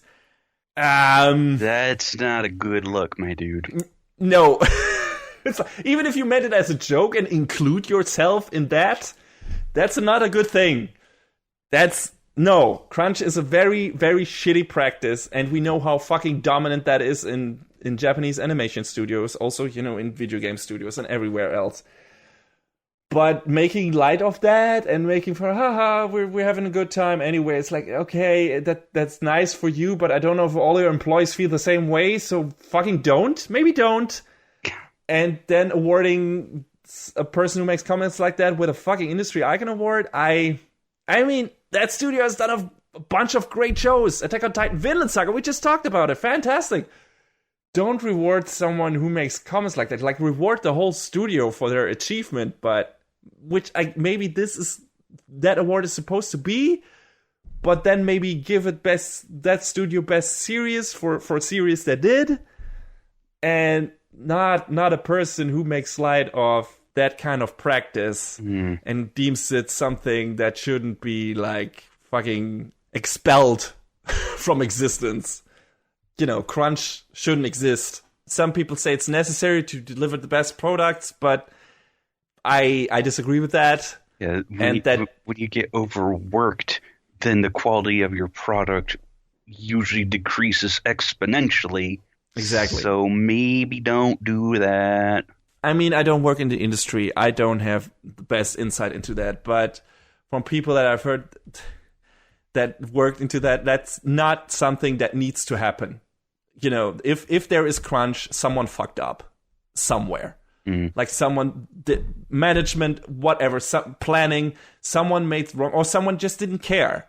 And it feels like George Wada is a person that doesn't care when it comes to that. So I can understand people being pissed off that he got the award for this. Yeah. On the other hand, I don't know which director or which studio head has a good attitude on this. Who. If I heard good things about the people who run Kyoto Animation. So, especially in regards to what happened to that studio, that might have been a better pick. Just, name someone who is in charge over there. Or someone else where, you know that the working conditions are great. Or at least good. But yeah, this was a weird pick, and I don't know how it came to this. But yeah, not a good choice, apparently. So, yeah, bummer. But yeah, we have arrived at the anime of the year for the Anime Awards. 2020 sponsored, featured, delivered to you by Crunchyroll. And we had a bunch of great nominees. We had Carol on Tuesday. We had Mob Psycho 100 Season 2. We had Oh Maidens in Your Savage Season. We had The Promised Neverland, Vinland Saga, and Demon Slayer. And the winner is Demon Slayer. Why? Why? What the fuck? Why? I mean, I like Demon Slayer. I like Demon Slayer a lot. But compared to pretty much all the other entries in this category, no. Seriously, like, no. It does it have the production values? Yeah. Does it have, definitely? Does it have the character interaction? Like, does it have a strong emotional core? Sure. Does it have the story to carry itself? Absolutely not. No way. Yeah. No, that's I what agree. kills it for me. Also, it has some detracting factors. It has Zenitsu, which is the biggest argument against it. Yeah. Nezuko is not really a character in this show, aside from one scene. There are there are other detracting factors in Demon Slayer that would make me refrain from putting at the top spot here. Like Carol and Tuesday, also not my pick, because that story has also some problems in terms of can't really decide where its focus lies and what it wants to do with its main characters, so wouldn't have picked that either. But in some aspects, maybe a better show than Demon Slayer. Mob Psycho 100 Season 2, that is so much better in every regard. I'm sorry, like, holy shit, in terms of character development, in terms of lead characters. But yeah, Mob Psycho, just from an emotional core, the relationship between Mob and Reagan is just as strong as the relationship between, Tanjiro and his family, if not much stronger. And it was already much more well developed in season 1, and now we get the payoff in season 2. So it's much better. Demon Slayer has a really strong emotional moment in the last couple of episodes in that show. Before that, we only get kind of hints, and maybe, we have a good main character, but that's kind of it. So, no. And Mob Psycho 100 Season 2 also looks just as good as Demon Slayer, if not better, in my opinion. Like we talked about in the Best Animation segment. Omains in Your 7th Season has a bunch of interesting characters and, some interesting themes and stuff like that. I maybe wouldn't have put it at the top here, but it's also a more interesting entry than Demon Slayer is. In terms of how different it is in terms of genre and of the things it's saying and what it does to, high school comedy, high school romance genre, whatever. And how sober and honest it is when it comes to the topic of sexuality and everything. So again, more interesting show than Demon Slayer in a way. In a lot of ways. Promised Neverland. What the fuck? Like, this is also, again, stellar production, stellar animation, and you have 3 fantastic lead characters. One of them is a fantastic female lead character. So this show basically checks all the boxes, and it's also kind of a shonen show. I mean, it's running a shonen jump, so yes, it is a shonen show, but it's also very different. It does something very different with the formula. This being more of a horror, thriller, mind-gamey thing. And yeah, so many aspects of that show, again, are better than Demon Slayer. It sounds like I'm harping on Demon Slayer. It sounds like I'm calling it a bad show, and that's what it kind of sounded like in our review. I'm not saying that. I think Demon Slayer is a really good show, a really enjoyable, entertaining, engaging show for most of its runtime. Promised Neverland is a much better show. In all aspects. I'm sorry. It just is. When it comes to characters, when it comes to story, when it comes to emotional moments, when it comes to thrills, maybe not all of the animation is as good, but I still think where it counts, it's also, I don't know, better there. Demon Slayer looks really good because it has a lot of well-choreographed action in it. Promised Neverland has great animation in the emotional moments as well, in the thrilling moments, like the building of atmosphere. All of that is done through really well-done animation. Demon Slayer is really good in one aspect of animation. Mob Psycho 100 Season 2, Promised Neverland, really good in many aspects of animation. I would say that counts more and stronger than just the action animation. And some small parts in Demon Slayer also are great, aside from the action animation, but that is its main draw. And don't try to even deny that. That's the one big thing about Demon Slayer. Like, it's just its fights look amazing. The CG looks amazing in the fights and in the action scenes, which you can't say about a lot of shows. So, goddamn, yeah, definitely, great. But a bunch of these other shows do much more with the animation. And that's where we come to the last entry, Vinland Saga. What the fuck? How did this not win? I'm sorry. For me, it would have been between Mob Psycho, it would have been Promised Neverland, or Vinland Saga. I can't understand how Demon Slayer made it. Since this is a public vote, I assume not a lot of other people had seen Vinland Saga. Maybe not a lot of other people had seen Promised Neverland, I don't know, or Mob Psycho 100 Season 2. I can't believe that. I feel like Demon Slayer just mesmerized everyone with its great animation and some of its likable characters, and that's it. But I do not understand how it won over something with such gripping character stories like Vinland Saga, or Promised Neverland, or Mob Psycho, who also have very varied approach to animation. Like, not all the animation in Vinland Saga looks great, but where it counts, like the emotional key moments, the battles, the big fight scenes, the backgrounds, like I can't find any words to convey to you how much more interesting and better the other choices would have been. Mostly it comes down to story, just like John said. Mostly it comes down to story. Yeah. That's where all the other shows shine, where Demon Slayer can't. Because it has interesting characters, it has a strong emotional core, like John said. The plot itself, the story, where it goes with the character themes, aside from our main duo, maybe at a certain point, it's not as interesting. It's just not as interesting. So, I don't know. I assume, John, you probably would have picked Mob Psycho or Vinland Saga over Demon Slayer as well. Yeah, definitely. Was Carol Tuesday in the race for you? I mean, it's a good show, but I don't think it would have been able to edge out Mob Psycho or Vinland Saga for me. Yeah, me neither. But, I mean, we all know what the true anime of the year was. You know it deep in your heart. No. Yes, you. Oh, of course. Oh, I thought this was a troll and you would say Babylon. No, of course it was Symphogear. Of course. Thank you. Come on. What the fuck? Get with the program, Crunchyroll. Fuck. God. Just in terms of yeah. What other show do you have? You have 6 strong female leads. Thank you very much. You have a banger of a soundtrack. Like, the action is nuts from beginning to end. It's the culmination of this, 8-year-long story. Nobody knew that this show was going to go past the first season. And then Nana Mizuki steps in and says, all right, fuckers, listen up. And here we are, 2019. I wouldn't have expected there to be 5 seasons of Symphogear, and especially after how lackluster the 4th season was. Then the 5th comes in and says, nah, fuck that. We're back. And everyone is here. Everything is awesome. It's the perfect candidate for anime of the fucking Crunchyroll. Yeah, I mean, we can't blame Crunchyroll for not nominating it. That's true. And I don't understand it. It's all on there. Weird. But yeah, it's the winner in our hearts. Yeah. And in terms of the shows that are rightfully on here, it should have gone to, I don't know, Mob Psycho, Promised Neverland, or Vinland Saga, not Demon Slayer. I like Demon Slayer a lot. I think it's a fun show. It's a great show. It's a great looking show, most of all things. And has a really good emotional moments, a fantastic fight scene moment at the end.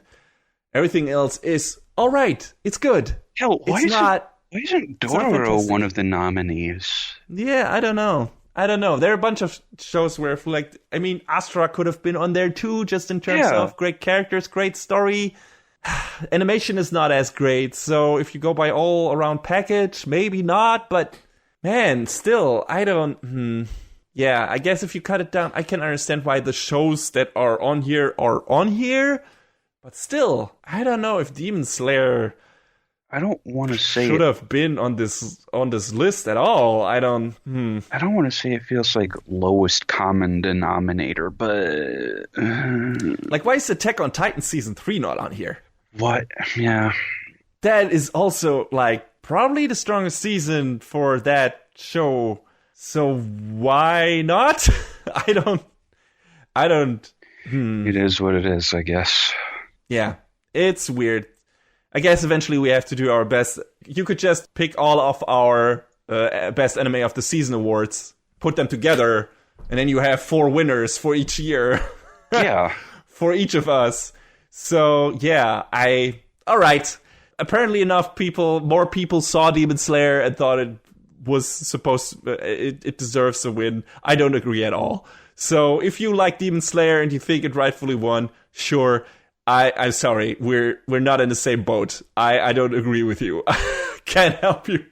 I'm sorry. There were much stronger shows last year than that one. Even though I really liked it, but no, it's not the best anime of the year. Not at all. I'm sorry. But yeah, that's your picks for best anime of the year, apparently. All right, sure. You do you. Not ours. What's also not best anime of the year are the shows in our next segment in the Chop and Drop. Because those are the shows that we didn't finish. So we're going to quickly tell you why.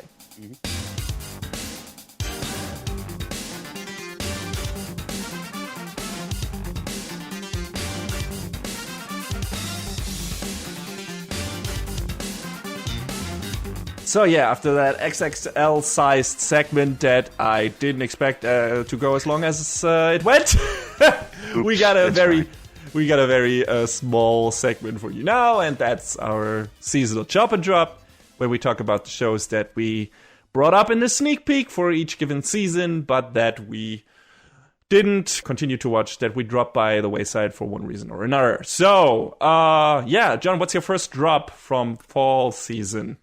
Oreski. Ah, yes.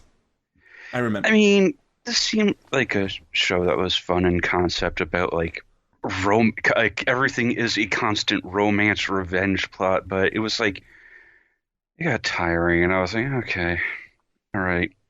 There's only so many times I can see them do this bench gag and think it's funny. Yeah. So I think I got maybe 5 or 6 episodes in, and then I was like, I'm good, thanks. Nah, enough of this. Understandable. Yeah. My first drop is Kabukicho Sherlock. Oh boy, I forgot that was something that I dropped too. Yeah, that I think I already said goodbye after the first episode because I didn't like anything about the show. The character designs, the jokes were not funny. Was just a fucking boring show that I didn't connect to at all, and I just didn't get. So yeah, not my thing, not at all. I thought it would be interesting. I got 3/4 of the way through the first episode, and I was like,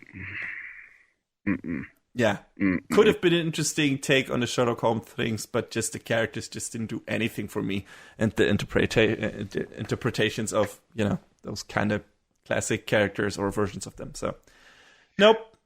Watch me puzzle through the evidence in a Rakugo style. Isn't it funny? Not really, dude.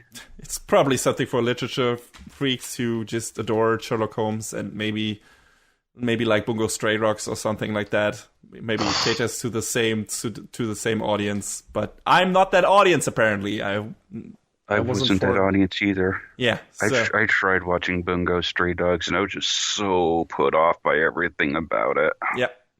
Same here. So, John, what's your next drop?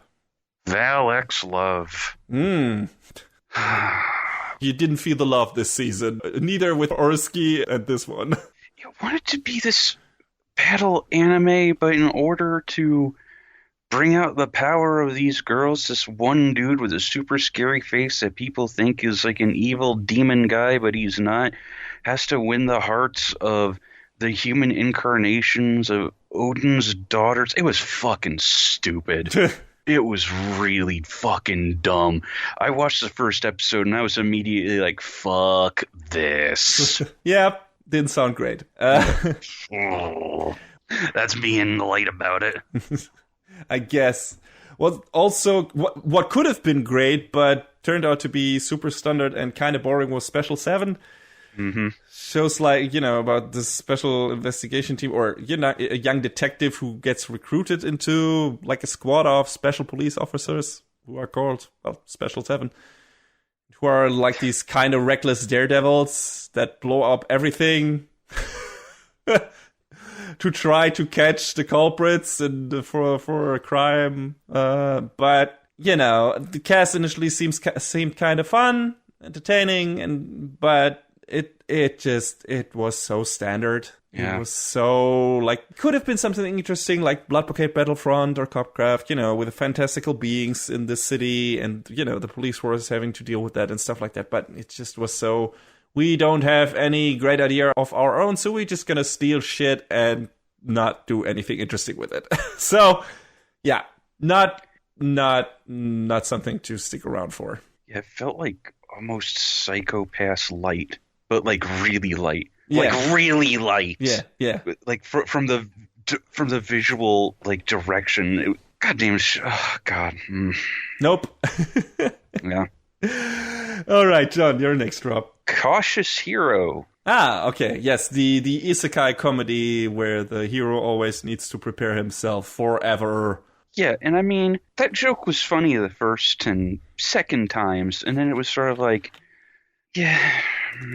it felt like it wanted to do a lot of the same stuff that Konosuba does, and it sort of does, but it doesn't reach the same comical heights. The main character, we see that he's kind of a jerk off to everyone around him, and spoilers because there's a reason for that. Unbeknownst to him and the other main character, it's sort of this weird circular logic sort of plot story thing. It's the production was sort of average all around. It wasn't terrible. I believe it was produced by White Fox, and they do good work. But all around, the show's production was kind of all right. There wasn't anything super standout. So, if you're looking for something along the lines of Konosuba, it almost gets there, but not quite. So that's why I kind of pushed it aside. I was not in the mood for more isekai, even though, this is a comedic take. So, I didn't even touch it. And I didn't stick long with the next one. It is also isekai and also comedic take on that. And that was Rise Up Animal Road. Mm-hmm. He's just a guy who gets transported to a different world, blah, blah, blah, and is also a wrestler and is also a giant animal freak lover, needs to pet everything that comes close to him. I mean, I can relate when it comes to dogs and cats, sure. But he goes a bit overboard in that regard, so much so that it becomes uncomfortable in a lot of scenes in that show. And also... Oh, it's fine. Don't worry about it. He just has a childlike adoration of animals. He sniffs a wild wolf's asshole, if I'm not mistaken, at some point. I mean, yes. Yeah, not my thing. Again, also the same thing that you said about the Cautious Hero. It feels like that show has maybe not only one gag, but two gags that it just fucking rode into the ground. And yeah, that's what it did for its first 3 episodes. Don't get me wrong, there were some good bits in there, like where he fucking suplexes the princess of the country because she wants him to kill the animals. And also, just in general, the fight animation was surprisingly good in that show. I don't know why.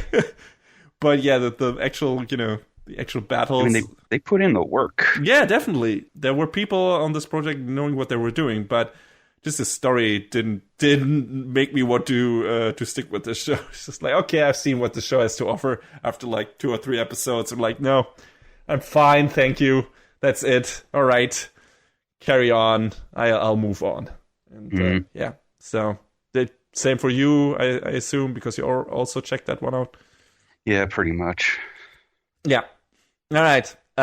Do you have another drop? I'm all out. Okay. I'm all out too, kinda. I mean, the vote's still out on 7 Deadly Sins Season 3. That might turn into a drop because the production values are so fucking abysmal in that show, which is a giant disappointment. I might put off watching more of this show until they announce a Season 4 that is changing studios again. And it goes back to A1 or somewhere else that actually knows how to handle that stuff. anywhere else but Dean. But right now it's my turn to a drop. I don't know if I want to watch that show with those kind of production values, because the fights were some of the best things in this, and now they look like ass, and the characters alone, even though I like them, are probably not the thing I want to stick around for. So maybe I'm interested where the story goes, but I don't know if I can deal with shitty animation all the way through. If it all just looks like ass, we'll see. If it turns up on the review schedule, you'll find out soon enough, but maybe it won't, and it will turn into a chop and drop instead. So we'll see. Yeah, but let's move on to a show that we didn't drop, rightfully so. And that's going to be our last review for fall season 2019.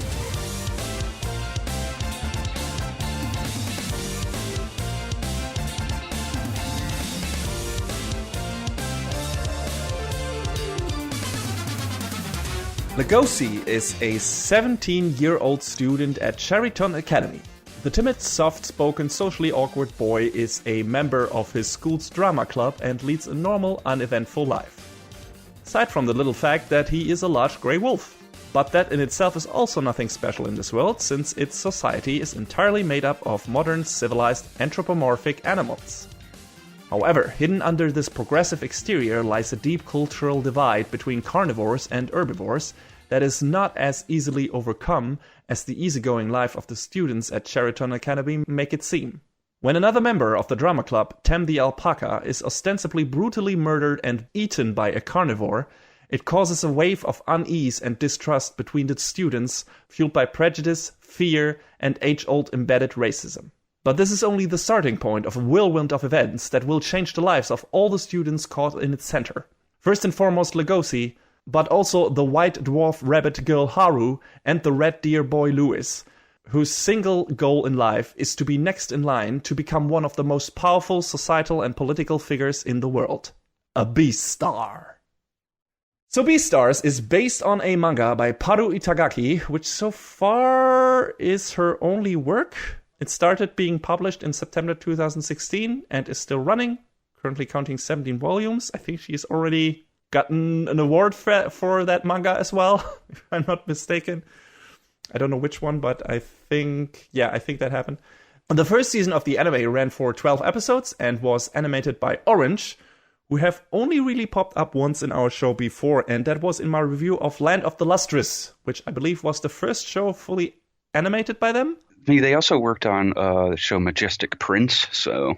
Yeah, at least, but by fully animated, I mean just, that they did all the animation. Before that, they were mostly responsible for the CG in a bunch of shows. And yeah, like you said, I think Majestic Prince was one of them. Number one, Tiger and Bunny, Buddy Complex, Excel World, Macross Frontier, and a bunch of other projects.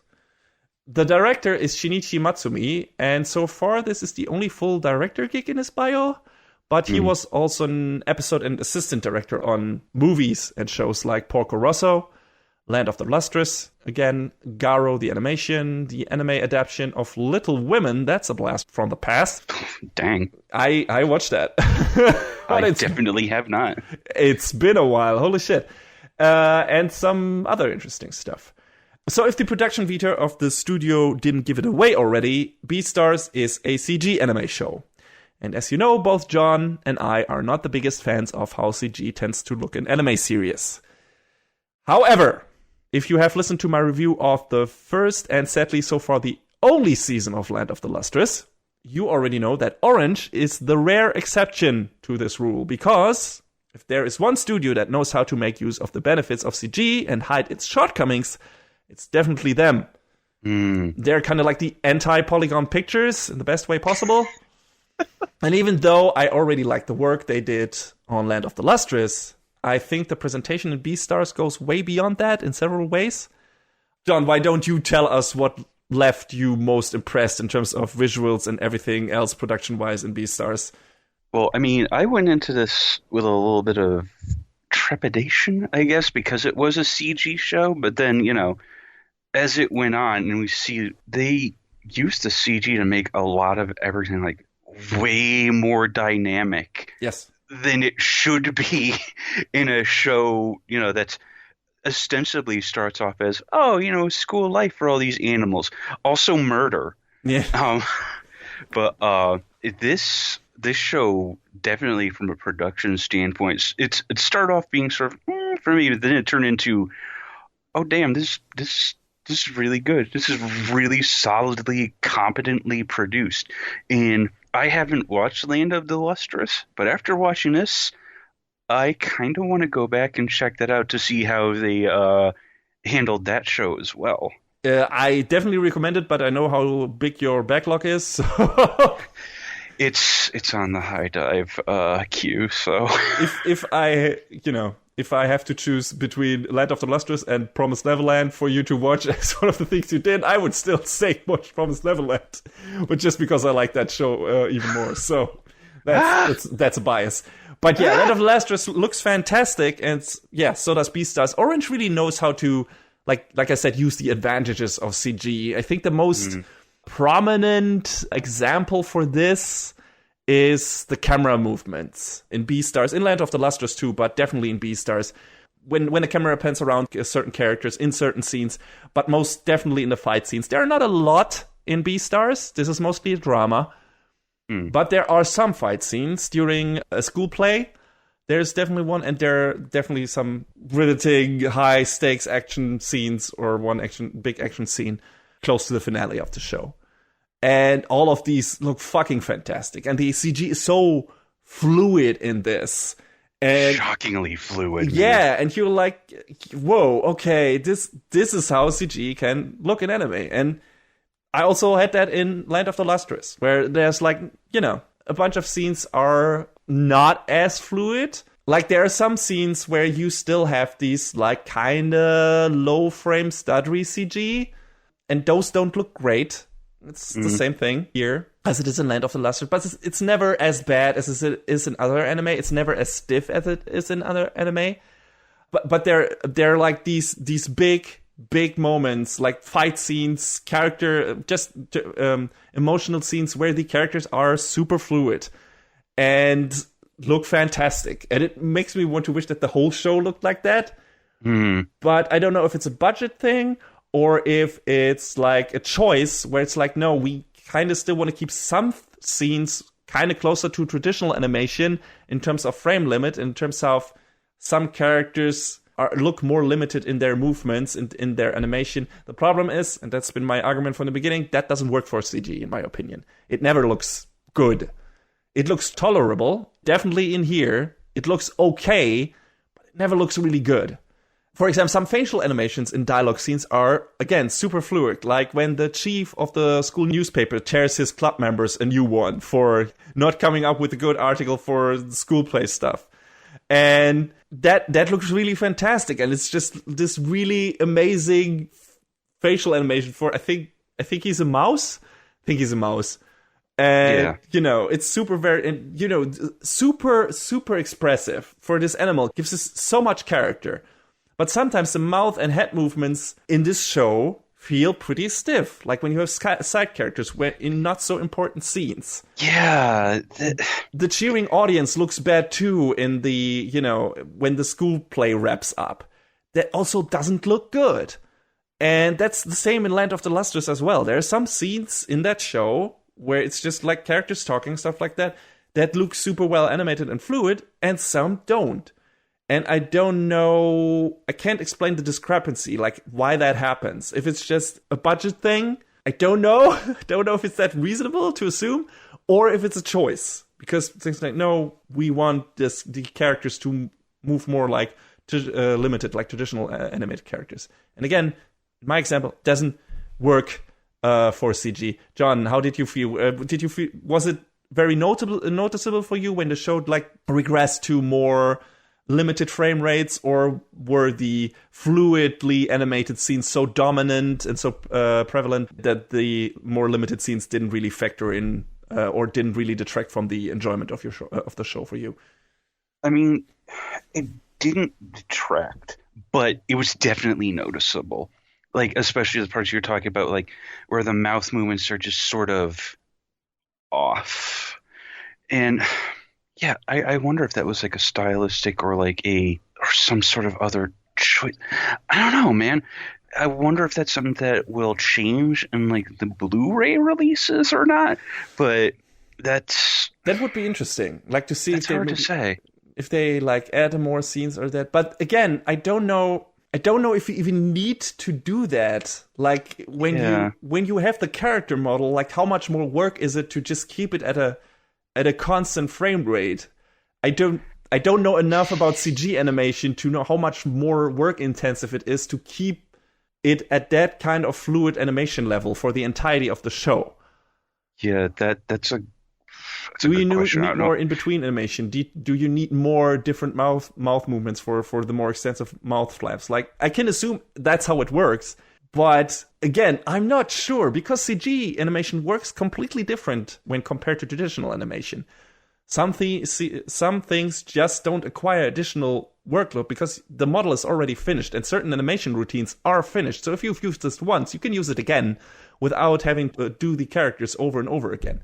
So I'm not sure. And there are a bunch of scenes. Orange is fantastic with small details, and Beastars is a great example for that. Like scenes, a single drop of sweat, like slowly running down, running over Legosi's cheek, or small gestures and body language, like hand movements, or Haru leaning against the wall and stuff like that. And these scenes, in general, are super well animated and feel alive. Like these simple little character animations, like when Jack, one of Legosi's best friends, who's a dog, walks next to Legosi to find out about who Legosi has a crush on. Like, there's so much movement and expression in those characters in such a simple scene. It's great. But then a scene later, you got, like, again, more limited character animation again. And it's it's not jarring, but it's, like you said, definitely noticeable. And I don't know if it has to be that way. But I'm glad that that is not the only way it looks, because there are definitely shows that do. Like, again, all the shit that Polygon Pictures does. Berserk! A bunch of stuff where CG makes on there that are also super stiff and shit like that. And I would even say Dorohedoro, a show that's currently airing, has too much stiff character movement, mouth movement. The characters just look like weird wooden dolls sometimes. And that rarely happens in Beastars, I gotta say. It is noticeable in certain scenes, definitely. But the scenes that stand out, that make you marvel at how well the characters' bodies and faces are animated, are dominant, I would say. Mm-hmm. And then you add to that the fantastic camera work in the action scenes, which is just fucking nuts. Like, there's so much shit happening, so much movement, and it you can easily follow it. It's never obscuring what is happening. It's super clear, it's super well choreographed, it's super well directed. It's fantastic. And that's, again, the same thing that happened in Land of the Lustrous. Like, the action scenes in that show are fucking fantastic. And it's weird. Like, weirdly enough, the show looks often better on close-ups than when you see a normal full-frame side shot of character animations, which sometimes doesn't work in traditional animation. But here, like, there's this weird cut, this weird animation when Lugosi, in the very first episode, just basically catches Haru and does like this spinning tumble with her, and then rests in a kneeling down position with her arms around her. And this fucking tumbling spinning animation looks super wonky in a way. It looks like it's like this. It feels like it's this stiff character that looks very cramped up and kind of wooden, that just is turned around on the screen in a way. Maybe I'm imagining things, but that's what it looks to me. Compared to a lot of other of the fluid animation in the show, this looked a bit wonky. And that was, again, a full-frame thing. And also when characters, like, you see them in full frame and them talking to each other, also sometimes looks a bit weird. And then you get these super fucking fluid camera close-up shots with a lot of facial animation that looks so much better. And, I would assume that would be more work extensive, but again, maybe not, since the models already exist. I guess that's not really the case. That maybe there was like some culling of the detail at a distance, or like they had slightly lower poly models that they were using, so that way, maybe rendering out certain scenes was less resource intensive. I don't know. No, that could be the case. The show also has fantastic backgrounds and scenery. So, if there's too much going on in terms of, the fight scenes are often limited to 2 characters, like the extensive ones. And the environments are not that, let's say, detail heavy. So maybe that's, in terms of rendering aspect, that's not as problematic as if you have like a background with a lot of characters, like a lot of students in the background. And, a lot of scenery of trees and buildings and all that shit in very high resolution and everything. So if you add to that very fluidly character models that move a lot, and a bunch of them, then maybe that's a problem. So yeah, maybe you're right. Maybe that's when you see a lot of the stuff on screen. That's when they need to tone down the quality animation a bit, the fluidity and stuff like the frame rate. Otherwise, this might be too taxing on a TV budget.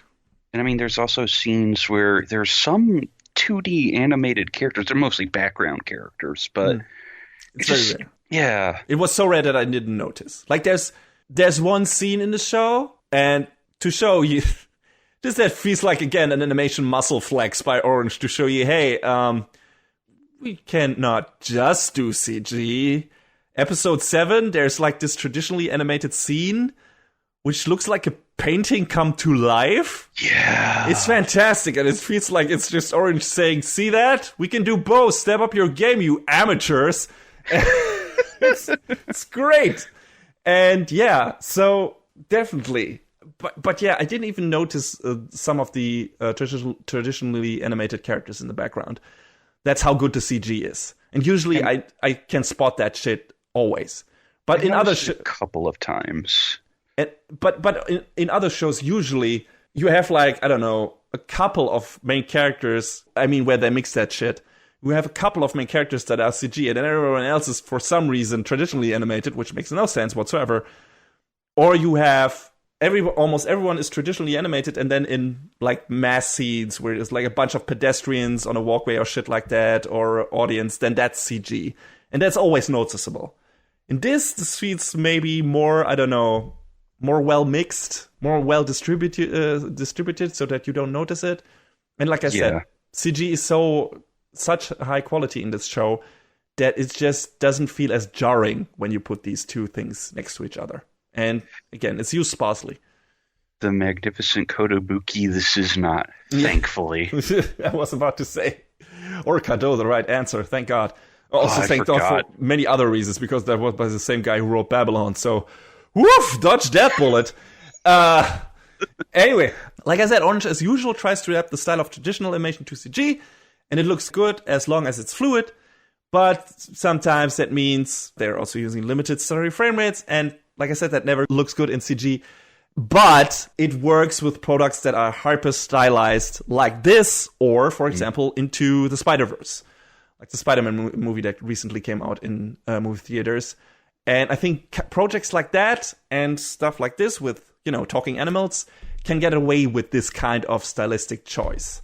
Yeah. But if they did a version of this or Spider-Verse with a consistent fluid frame rate that is on the level of all the fight scenes, for example, or all the really well-done character animation scenes, I'm certain everyone would agree that it looked better than what it looks like now. It already looks great, but it still could look better. And all I can say about the animation, still, this is probably as good as it will get for the moment, if they stick to this specific stylistic choice instead of going with a constant smooth fluid frame rate, which they maybe can't because of budget restrictions or whatever. And like I said, it looks already miles better than something like Dorohedoro or the hideous war crimes, polygon pictures, or the people behind Berserk called CG animation. So, war crimes. Yes, that's what it is.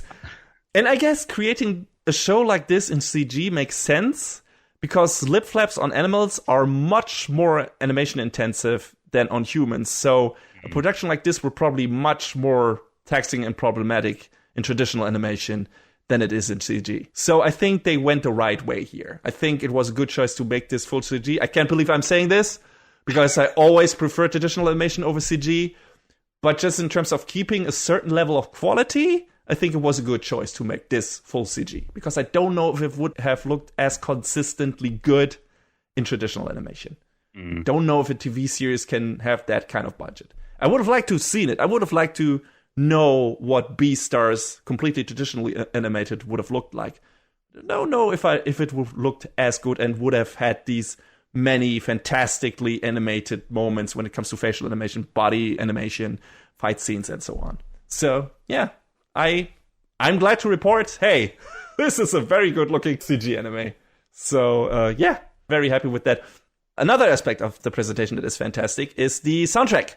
By Satoru Kosaki, who also did the music for The Melancholy of Haruhi Suzumiya, Lucky Star, Star Driver, Captain Earth, Wake Up Girls, and many other shows. It's like every monogatari under the sun. Yes, also Oreimo, which we don't really need to talk about. Sekoi, Fate Extra Last Encore. There he goes. We balanced it out. It's fine. Yeah, it's weird that he hasn't come up yet until this point. But yeah, definitely good stuff. And this is mostly, the soundtrack of this is mostly jazz-inspired, I would say. I mean, there's some scenes that, or some moments that go in more of a different direction genre-wise, but this, from beginning to end, feels more like a jazzy, bass-heavy, piano-heavy, trumpets here and there soundtrack. But I really liked it. It felt like it conveyed the right mood and atmosphere that the show wanted to establish. It matches with the opening sequence, and that's jazz. Wait, that's called jazz, right? I think so. I don't remember. That's called jazz. But, I mean, the opening sequence, the song, Wild Side, is great. Yeah. The stop-motion animation they used in there is super cute. It's really cool. Yeah, it was done by Dwarf Studios, which I'm not familiar with, but they did that.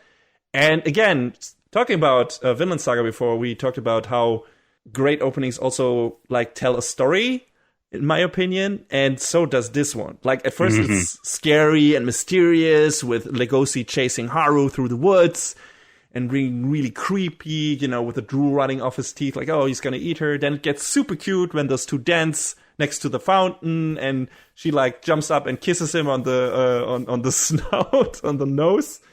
And he's like closing his eyes and shaking his head because he's so happy and everything, and it's great and it's lighthearted, and then turns to horror again, and just like Legoshi sitting there, his head in his hands and looking fucking horrified, and there's blood everywhere, and yeah, woof, and all in the course of 90 seconds, and all stop motion animation, which I'm not the biggest fan of, but here it's great. So, yeah, fantastic OP. One of the true standouts.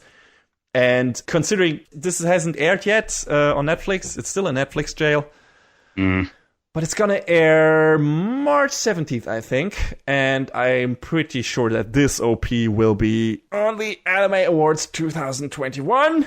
If it doesn't, that will be another goddamn crime. It will be a fucking snub crime. Like, holy shit, I will riot. If it's not on that short list. But yeah, the ED is also great. It's not as much of a standout as the OP is, but it's always slightly different. I'm not sure if it's a different song or if it's different parts of the same song, but it kind of changes to reflect certain developments in the plot and emotional space of the characters. So that's also cool. I always like when an ED does that, when it changes things or an opening too. When it changes things, when the things in the story change. You know, JoJo's does that, the OP of Erase did that, and this ED does it as well. So, yeah, I love that shit. I think that's great, and I love that this ED did that too. So, yeah. I mean, like, there's a show that's currently airing. I don't want to give it away. The opening theme between the two opening sequences is the same, but it's a different cut of the song. And it's really cool the way they do that. And I mean, if you want to go way back, there was fucking Scried that used a different cut of its opening song in pretty much every episode. And it was like, I don't even remember that. Holy shit. Yeah, it was nuts. I couldn't believe they did it like almost every single episode. But yeah, dude. And if I remember, that was a cool OP. I need to rewatch that. Not the whole show, but definitely the OP. I mean, Reckless Fire was also a fucking bop. Yes. Oh, now I remember that tune. Holy shit. Yeah, that was fucking good. Man. I kind of miss Scried. It was a dumb show, kind of, but it was fun. was super stupid. Yes. It wanted to be JoJo's so badly in retrospect now, Oh, yeah. and was like, it couldn't do it. Final fight was pretty epic, though, gotta say. Mm. That's it for the presentation side of things. Let's get to the story and characters. So, like I mentioned in the summary, this is based in a world where all the characters are animals on two legs. Basically, if you've seen Disney's Zootopia, this is kinda this, only much darker. Mm-hmm. Also much more high school. And I think a good word to describe it is awkward. Oh yeah, definitely a lot of high school awkwardness. But not only that, like that's definitely when it comes to the character relations. But there are also a bunch of other things at play here, political things like themes like racism, like prejudice, like racism, classism. Yes, definitely, all of that is in here and manifested in a different way. And the relationship certain animals have to other animals is used as a storytelling vehicle for that, like namely the relationship between carnivores and herbivores. So the drama club in this school, Cherryton Academy, is pretty much the only club that has carnivores and herbivores working together. And this is kind of a special thing. And I mean, everyone in the drama club is a person with special problems, which we got to.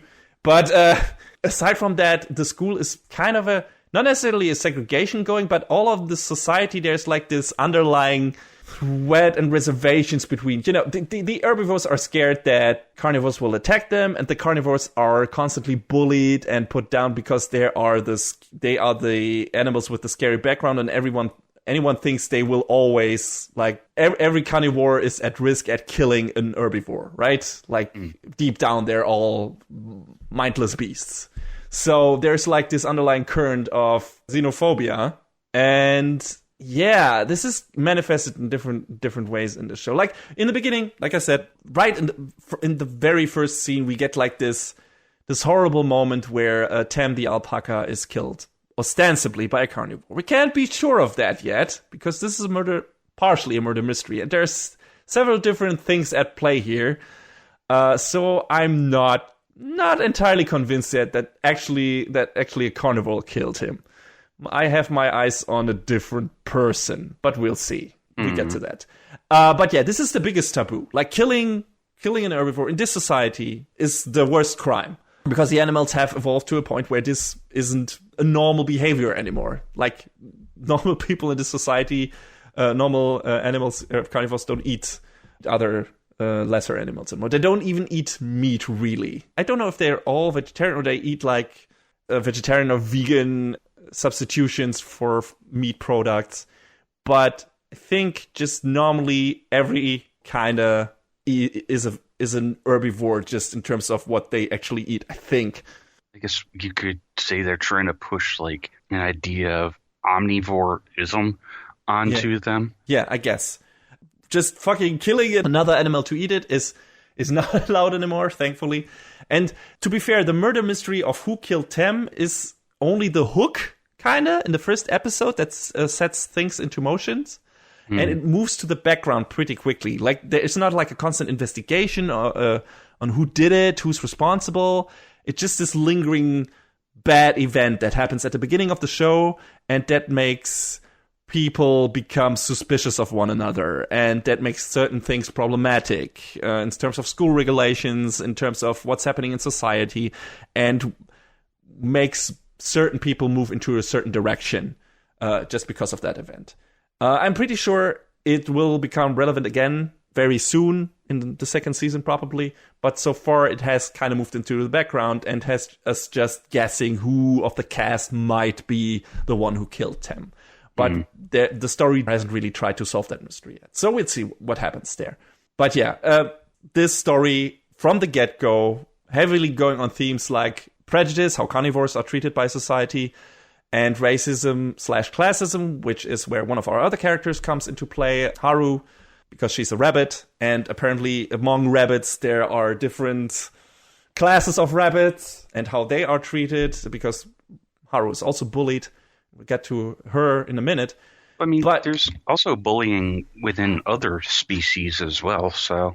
Yeah, true. It's kind of everywhere if you just open your eyes. Just like in our society. I would say it's very clicky, just like in RL.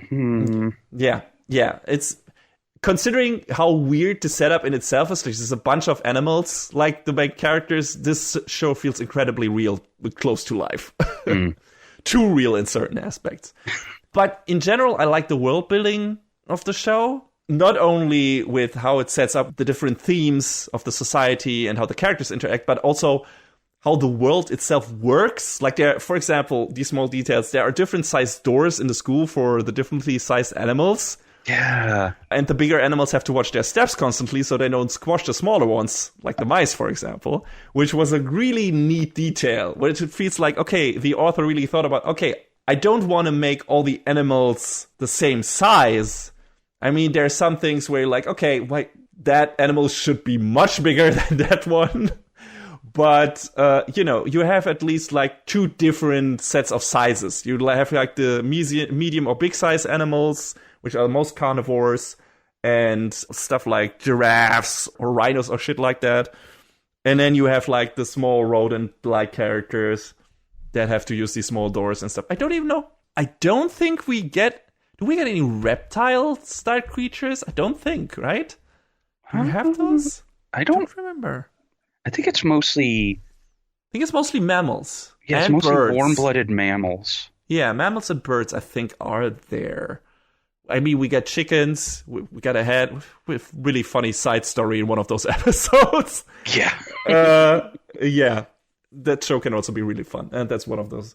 But yeah, mostly it's mammals, and it's funny. There are also some animals. I think Legosi has like a horned bug or something like that, which he keeps as a pet. So there are normal animals that don't act like humans in this world too. Like insects and stuff like that. So it feels like some animals evolved or something and some didn't. It's a weird mix, but it works. It works in a way. It's interesting. It's an interesting choice to make like these animals are, walking and talking. And these animals are just crawling on the ground and don't say anything and are pets to other animals. So yeah, don't know how they came up with that differentiation, but it's interesting. And... another bit of world building is like all the animals in the school have like these special relaxation rooms where they get to spend time in their natural habitat. Like the wolves are under the moon, and some of the animals can sit in water or in a very moist environment with high where there's a lot of humidity in the air and stuff like that. And yeah, that's also cool. It's like, okay, they need to have their habitats, these habitat rooms, natural habitat rooms, where they can basically refuel their spirits or whatever, so that the rest of the time they can all coexist. So also an interesting idea. Another one, dinosaurs are considered like these ancient gods and the ancestors of all animals. And they even hold festivals in their name, which is like the big festival at the end of the show is pretty much held in the honor of the good old dinosaurs. And also an really interesting idea, because like, hey, yeah, in a world like that, would something like religion exist? And yeah, it turns out Kind of. Yeah, the dinosaurs are the ancient ancestors and are kind of treated like gods. So yeah, also cool idea. Like trying to apply our idea of society, our societal conventions to an animal world and what that would mean for these animals. And a bunch of our, let's say, trap falls in society and a bunch of things we have to deal with are kind of reflected in this show in one way or another, are analogies to stuff that happen for us. Like we mentioned racism, we mentioned bullying. Carnivores are bullied regularly because some, carnivores go wild and bite or eat herbivores. For example, birds can't get flying permits until they graduate, which is definitely some kind of metaphor. Like, holy shit, you can't spread your wings until you can't live your life until you fucking graduate school, and you're not permitted to, to live in a society. without being a contributing member of society. Yeah, contributing member of society. So yeah, there's a bunch of that shit in here, like where you're like, oh, okay, I recognize this. This is relating to this in our society, but they just apply to animal life, and it's super fun and it's interesting and it's a neat idea. I like shit like that, and Beastars is full of that. Mm-hmm. And speaking of metaphors, I think meat is a metaphor for drugs in this. Oh, pretty yeah. Sure. Like, carnivores who can't get any more meat after tasting it might even eat parts of themselves, which is where the show gets super creepy and dark. Like, this is just mentioned on the side, but yeah.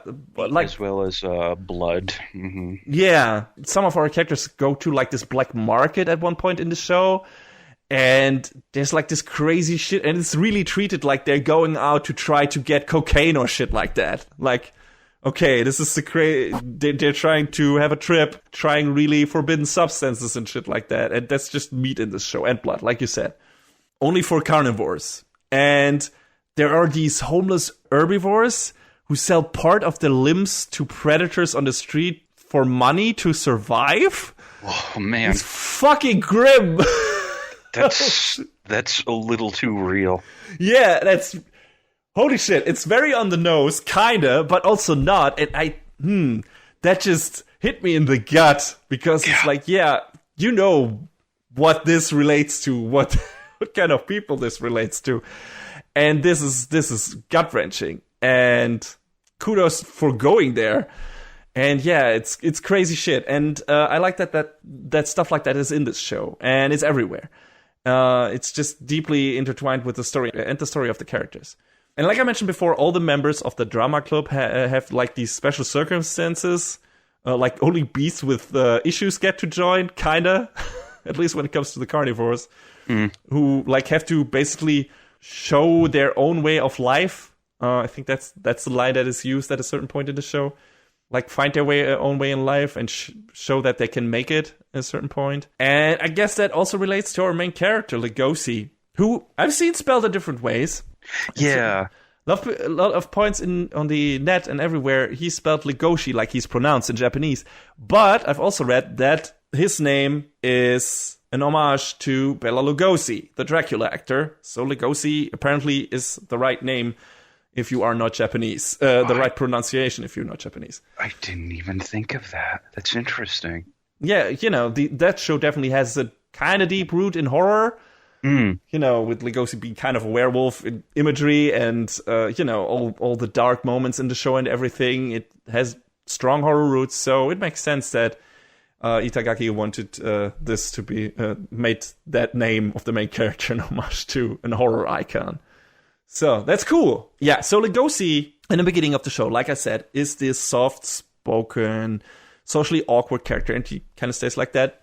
But also, when he comes across Haru, his primal animal urges awaken. Basically, when he smells her. And just in the first episode of the show, it looks like he is attacking her, but in the last moment just kind of hugs her and then steps back. Like, he's scared of what he's doing, like through the entirety of the show. He is really wrestling with his animal instincts and is afraid to let them loose and just bottles them all up. And that's, again, metaphor for puberty and everything, right?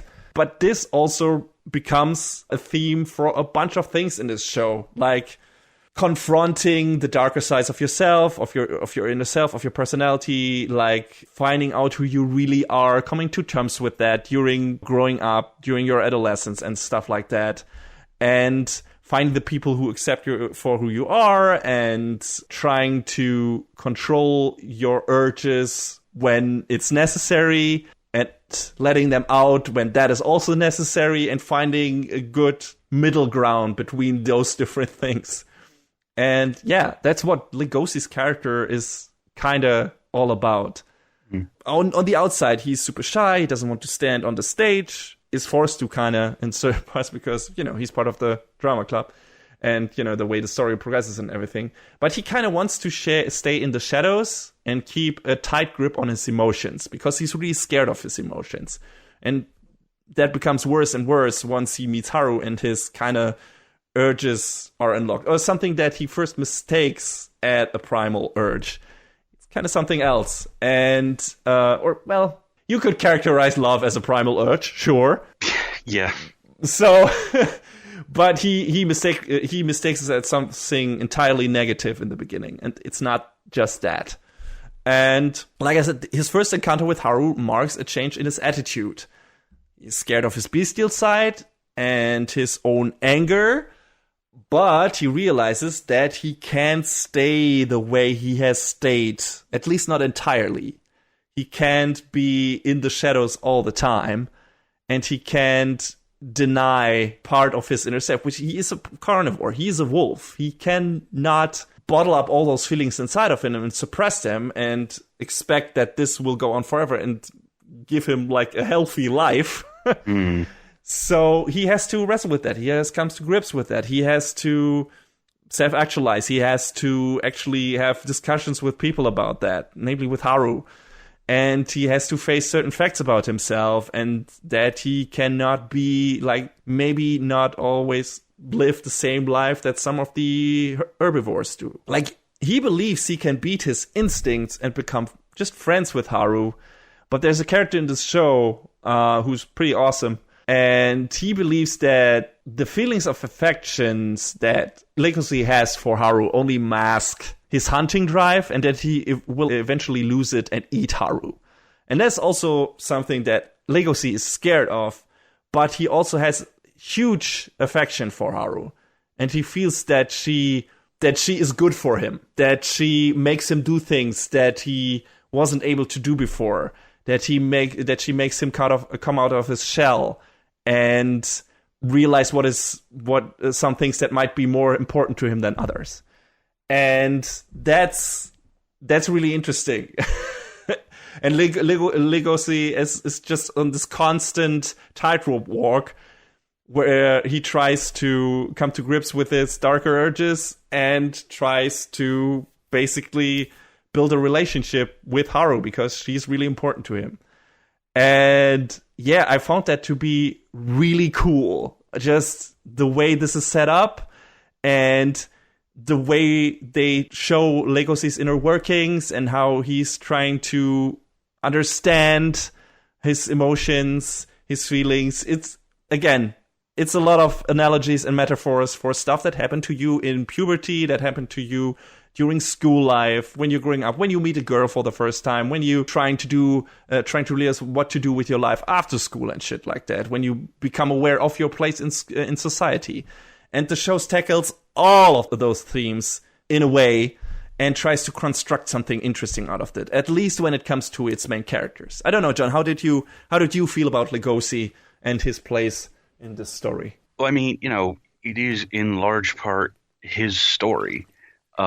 He's trying to, as you lined out very nicely, come to terms with his instincts and, trying to be at, when you're at odds with yourself over something that, wouldn't normally come naturally, that's some real shit to try and deal with when, he's basically trying to change who he is. And, that doesn't first and foremost to fully understand who he is, because he can't really tell, or he has told himself that he's a certain person for most of his life until now, but Haru and his encounter with Haru makes him realize that he might not be that person.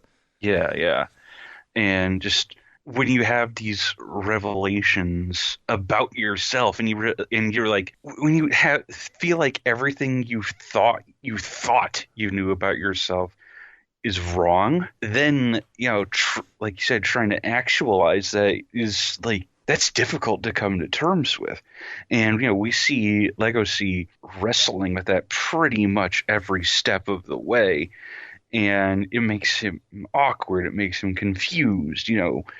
Makes interactions with other characters like strained. He wants to keep to himself. But after meeting Haru, and everything flips on its head after that. It just makes things a mess for him. And trying to figure out that mess is the most interesting part, I think, of, pretty much this entire story. Yes. And it's harrowing to watch. He's a super sympathetic character. Like the way he's written, he's characterized, and because he's a giant wolf and I like wolves, you just want to just fucking hug him and say, it's gonna be alright. You're gonna figure yourself out. It's okay, dude. You're gonna be fine. He is in his own head way too much, and boy can I relate. Mm-hmm. That was me in high school. Like, in your head, constantly, not in the moment at all, just thinking way too much. That just certain scenes for Legacy, they felt very real. Even though that is a fucking talking wolf and I am a human. So yeah, I know saying things are relatable is kind of a dumb meme, but holy shit, man. Yes. Legacy is a very relatable, sympathetic, understandable character. So you immediately root for him. Unless you don't like that type of character. One of our common friends said that he doesn't like this kind of timid, soft-spoken, socially awkward character type, which I also can understand in a way, but I feel like it's kind of unfair to how well that character is realized in this show and his development and everything, just to write him off because of that. I can understand that if that just bugs you, how that kind of character talks, that kind of archetype behaves, stumbles into a mess at certain points, is a stuttering mess himself sometimes, and gets sweaty and doesn't know what to do. Maybe, like, for me, it gives you PTSD when it comes to certain scenes and how you're supposed to react. So, yeah. But for a giant talking wolf, Legacy is one of the most relatable anime characters I've seen in quite a while. Doesn't have to be for everyone who watches the show, but definitely was for me. And I appreciated that very much. Staying on the subject of characters, what's really fun about them is that all the characters in this show have characteristics of the animal they are to an extent. Or at least characteristics we as humans associate with them. Like Legosi as the wolf is kind of shy because wolves are too, to a point. They're kind of shy animals. Louis the red deer is prideful, which I don't know if a deer can have pride, but that's what we associate the image of a deer with, like this, strong standing deer with giant antlers on a mountaintop looking at the sun or stuff like that. That's an image that we as humans associate pride with. It's a prideful animal. Very, very regal, sort of. Yes, exactly. And so that's the way his character is. And Haru, the rabbit, fucks a lot. Because that's what rabbit do. I mean, you said it. You're not wrong. I mean, there are also things like Haru's body exhibiting a flight reflex every time she sees Legosi's fangs, which is also like this thing. Of course, that's how a rabbit would react, when it sees a wolf, probably. But it's interesting. Like, they turn these standard animal instincts or images into actual personalities, into actual characteristics for each given cast member in this show. Like Jack, I don't know if he's his golden retriever. He's definitely a dog, but the best friend of Legosi is like this super trustworthy, nice, devoted friend, because dogs are good friends and very, emotionally responsive and stuff like that. And, he immediately picks up on Legosi having a crush on someone, stuff like that. All of that, I know, if I know something about this animal, or I know something about this animal, it's that animal will do that. And that character will do that in the show. Again, which is really fun, but it's also not super shallow. They try to really incorporate these characteristics into how the characters actually behave. It's not just a joke. It's just an interesting facet of that character. And they utilized it as a storytelling tool. So that's really cool. And you get the feeling that a lot of thought went into that when realizing those characters. And like I said, Haru the rabbit fucks a lot. She takes care of the flower garden in the school and leads a bit of a secluded existence. She, like I mentioned before, she also is being bullied by other rabbit girls, either for being so sexually active or being so enticing to other male animals that she doesn't leave anything else for the rest of them. I don't know. Don't remember exactly what their problem is with her, or if it's just a classism thing. But yeah, that's how it is. And she's been put down, and this is what happens. And the show, I can't talk around it, really gets very horny at times. Mm-hmm. So if you are afraid of being labeled as a furry when watching and championing this show, I don't know what to tell you. It's not like it's super fan servicey or the focus of every episode, but sex is definitely the topic. But it's not like this, hey, okay, we want to cater to the furry audience, so we're going to make it this super edgy show. That's for interspecies reviewers to do. Yes. That show's broadcast got cancelled. Oops. And I think we know why. We didn't even check it out for the sneak peek because I was like, okay, this show is just porn, isn't it? And yes, it turns out it's just porn. So, all right. Okay. No, Beastars is not that. I said sex is definitely a topic that is discussed here, but aside from some sexually awkward interactions between certain characters and definitely surprisingly candid depictions of sexual interaction between certain characters, which I did not expect, caught me a bit off guard. There's just a lot of open, sober talk about sexuality when it comes to the relationship between certain characters and what they associate sexuality with. It's just like in O Maidens in that regard, and it's quite refreshing. Even though everyone being an animal makes it a tad uncomfortable. I don't know about you, but you know, when the stuff actually gets going, I was just like, okay, we're seeing rabbit tits. All right, sure, it's a bit weird. I mean, yeah, considering that's not something that you or I normally look to. If you're a furry, that's you. You do you. Yeah. I'm not judging. I have a friend who is, and I don't judge him. He, just if that's something that puts you off, I guess you should be wary of that. Yes, you should definitely be aware that stuff like that is in this show that could be characterized as something of interest to furries. And that just deals with that. But it's not like, it doesn't feel like it's, like I said, it doesn't feel fan servicey. It doesn't feel like it's just in there to be, to cater to that audience. It's in there because of storytelling purposes. It's in there because of character development. It's in there because it serves discussing the themes of this show. And it's important to some of the characters. And it's high school. Sex is a giant fucking topic in high school. Of course it is. And a bunch of shows anime that are set in high school just dance around that fucking fact. Just exclude that shit. The most edgy thing is hand-holding.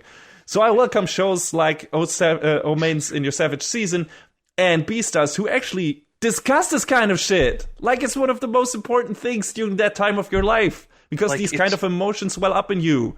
Like it's about time someone was like, all right, let's talk about this. Yes, it's weird that it's a show that has animals and main characters that actually does a good depiction of this and a good discussion of this. But here we are, and that's how it is. Yeah, I mean, exactly. Because, I mean, like this and Maidens, it's about time anyone, multiple someones were like, hey, sex is a thing. Oh, what? And you believe it. I thought hand-holding was how you made babies. Yeah, that's how it works. And, just like Maidens in Your Savage Season, it just has this very adult feel to it, like the whole treatment of the topic. And I don't mean, look at adult cartoons with all the tits and blood and lots of sharp, dark edges. I'm so mature for watching this.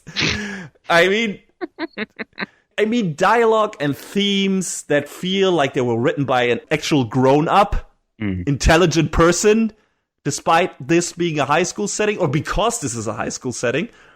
And this is always a nice change of pace when that happens, because it doesn't happen that often in anime. And just in general, I think the dialogue in the show is exceptionally well written and gives you relatable insight into all of the characters' inner workings, all of the important ones anyway. And I really like that. I did not expect the show to do this. I knew that the manga was very well regarded, but I didn't know for what reasons. So I'm I was very pleasantly surprised how good the writing in this show was when it came to its characters. There's plot too, and the story and how it develops, and, the politics and everything that happen around the characters is interesting too, but I think the best thing in this show is the character writing and the character development. And that's definitely the focus. And again, going back to the topic of sex, like I said, there's a reason why this is in here. For Haru, it's because she found herself on equal ground with other stronger animals during sex. Like, it's a different power dynamic. When she runs around in the school, she's basically the lowest tier of person because she's put down by her fellow rabbits. She is an herbivore, so she is kind of inferior to carnivores in a lot of ways. She has friends, but not that many, I think. And, she feels like small and insignificant, has a bunch of other emotional baggage. And sex was a tool for her to become a strong, desirable, and powerful character just when she has sex with someone like Lewis and a bunch of other characters. And carnivores, too. Did she have sex with a carnivore before? I don't remember. I feel like it's implied. And that's interesting. That's like her coping with that kind of thing, with that kind of emotional baggage that troubles her. Like being in this constant dread of being devoured by a carnivore, she just throws herself into life, throws herself into sexual relationships, and just changes the power dynamics in her daily life through that. And that's a super interesting approach to this topic, to the themes that the show is dealing with. And if you think about it long enough, how certain characters in real life might behave and how that relates to human beings doing that kind of thing and why they do that kind of thing and how they treat sexual relationships and stuff like that and for whatever reason. So super cool, They make it just easier for you to understand by making the hook this carnivore-herbivore dynamic and extending that to a lot of the relationships in the show. But if you look close enough, you see this as an analogy or as a metaphor for certain character aspects that you recognize in a lot of people in real life. So this is just an interesting storytelling tool. And I think it's utilized very well in this show. And the different facets of attraction and primal urges are definitely a factor in Haru's relationship with Legoshi, but it's not the focus, in my opinion. Because these kids are slowly falling in love, which is super problematic in this society. And Legoshi having and wanting to resist one of the most basic aspects of his animal nature. And the same goes for Haru as well, to an extent. I don't want to go into details because it's kind of spoilers in regards to the back half of the show. But it's super interesting how that is realized in this show. And you wouldn't think that, a blossoming romance between a wolf and a rabbit would be something you would like to see and watch, maybe. And that is actually something that feels meaningful and deep to a certain extent, at least when it comes to emotional depth. But it is. And it feels like that. And for example, when Legoshi and Haru see each other for the first time properly, that scene is really cute. And made me smile from ear to ear. And their relationship is complicated, but super heartwarming. And I really hope it won't end in tragedy. Like, these two kids deserve to find happiness, and I hope it's a shared one. And don't get me wrong, the ending of the first season leaves us kind of a hopeful note in a way, but also kind of, bittersweet, melancholic. So I don't know where this is going to go. I don't know if that relationship is actually going to work out, if Legoshi can make it work out, if that is the life he can live, if that is the life Haru can live, that she wants to live. And I really want to see how this turns out, what happens to those two. Because I really like both of those characters a lot. Haru as a character herself is also, you would expect her with her place in society to be like this really demure, also soft-spoken, timid person, but she really is not. She has a mouth on her. She is really, she can be really snarky and straightforward. Because, like I said, she's throwing herself into her life and she's not scared to verbalize her thoughts most of the time. And it's also really cool and refreshing when it comes to this kind of character. So, yeah, I like these two characters. I like our two mains. I think they're fantastic. John, what did you think about Haru? I mean, she was definitely more than she let on at first. But, that was part of the character building that, she definitely didn't know what she wanted out of her question mark relationship with Legacy. And, things happen. And I don't know if it seems like she ended up where she didn't expect. And, whether or not that's good to her remains to be seen, because, she's like everyone else in this show. She's still figuring it out. So it made her a lot more interesting of a character than I was expecting. Yeah. And that goes pretty much for everyone in the show. I mean, the cast at first glance is gigantic, but the focus is really on like these three characters. Yeah. It's Legoshi, it's Haru, and it's Lewis, which we haven't talked about yet. So let's do that. Who also has a relationship with Haru. Different kind, though. Okay, so Lewis is the stud of the school, basically, and tries to become the next Beastar. And we haven't really gone into what a Beastar actually is. It's kind of a title for someone who becomes the, I guess, most prestigious person in the school, like the hero who has made a great achievement during his or her school life, and basically rises above all the prejudice in society. I don't know how exactly this works, because the show hasn't really gone into the mechanics of it all. But I guess he would become a privileged person of political power. At least that's what the show makes it look out to me. Because I think the current mayor of the city was a Beastar as well, if I'm not mistaken. So yeah, that is the thing that Lewis wants. That is his entire life, because he is trying to escape from his role as prey and wants to become as strong as a carnivore. For many reasons, which I can't go into because it's a giant spoiler. He has like this very fractured self-image. And again, a lot of emotional baggage. And tries to change his place in society. And wants to change society itself. Like, he has great ambitions. But that also makes him an incredibly driven character. Who's willing to do a lot of things to make his vision a reality. To what lengths he's willing to go to make that happen. We see a bunch of that in this first season. I'm willing to bet that there is going to be a big reveal down the road that like makes him even more of an antagonist than everything else. But that could also be a red herring. I'm not sure. Right now, he is a character that I have my eyes on for certain reasons. So we'll see. We'll see what happens with him.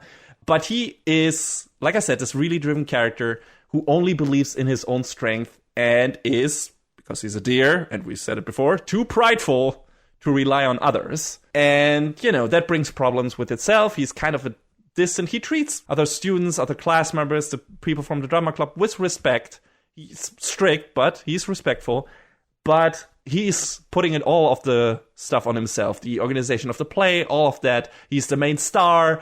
He is doing all the dialogue, whatever. He's trying to be responsible for everything. To become the next Beastar. To be the best that he can be. And ultimately, his body can't take that pressure. So once that happens, once his body starts to give in, his facade starts to crumble. Mm-hmm. And this is really interesting turning point for that character, because at that point he's the main star, he's the main attraction of the show. Like all the other characters, like, oh, here comes Lewis, oh my god, he's basically just a golden aura around him everywhere he walks, like this revered figure. And then shit starts to go wrong, and he has to basically do this mind over matter thing where he tells him, no, I'm not hurt. I can do this all on my own. I can't rely on others. No one can help me. And that just weighs on him so heavily that he just fucking caves at a certain point. He just fucking feds. And that's also an interesting part in Legoshi's storyline, because he has to step in and stuff happens and makes Legoshi go through a development and everything. So these characters are, without knowing it in the beginning, going to have a deeply intertwined development coming from very opposite ends of the spectrum when it comes to their standing in society.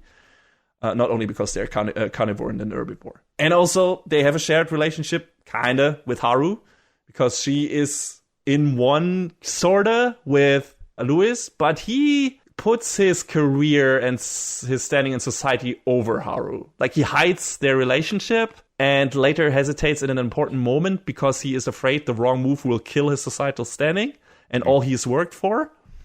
And that puts him at odds with Legacy. Because for Legacy, Haru is the most important thing at that point in the story. So he's a really interesting character. He's very complex. He's got a lot of emotional baggage, like everyone in this show. And he gets only more interesting as the show progresses. Like, there's a lot of shit happening with Lewis' character that you might not necessarily see coming.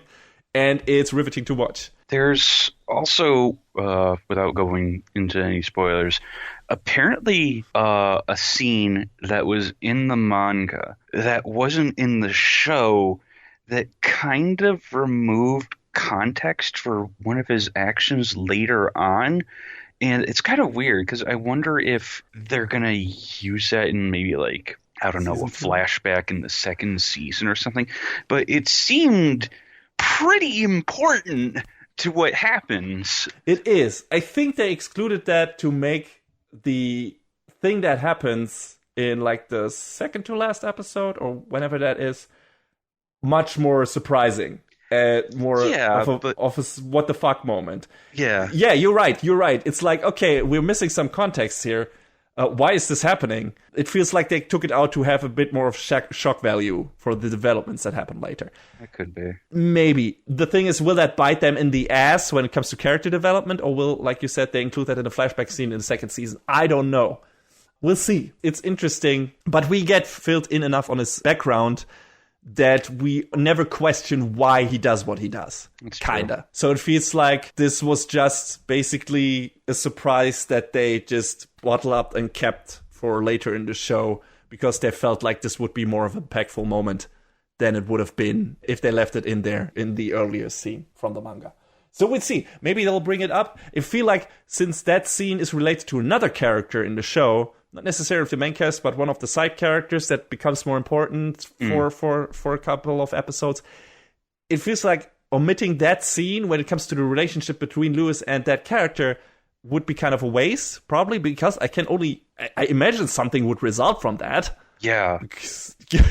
Right? I mean, maybe that character will talk about it later on, and that's how they will. That character is Bill the Tiger, by the way. I don't know why we're excluding his name. That's not really a spoiler. Yeah. But yeah, So yeah, we'll see. We'll see if that thing between Lewis and Bill will actually come up, or if they try to solve that kind of conflict in a different way. I don't know.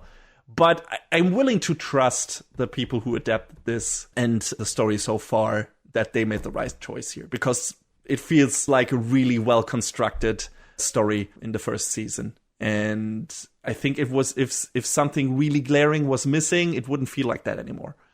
So I wonder if it just took it out there because they thought it wasn't necessary, because they wanted to keep the surprise for the end of the season, or if they're going to keep that for a second season and put it into a scene or a place in the story where they think it's going to be more impactful or more interesting. So yeah, I like what they did with Lewis in this first season. John, how did you feel about Lewis, how his character was treated, his relevance in the story and everything, and where he ended up and stuff like that? I mean, his very almost cold, calculating nature sort of, I guess, I don't know if I would say it matches up with, the regal image that, we as humans sort of ascribe to an animal like, a red deer like him. But it made him interesting to see his inner workings, and when, everything sort of starts to crumble around him, it definitely, man.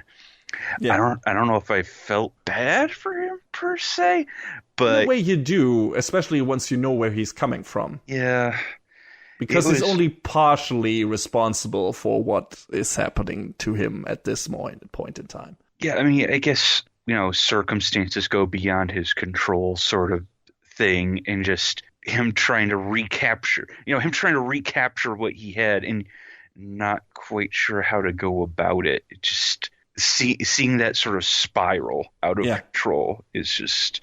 It's harrowing to watch. Yeah, it is. It's... But it makes for an interesting character. Most definitely. So, yeah. I think another small character we could highlight before we wrap this up is Juno, who is like this other wolf who falls for Legacy hard.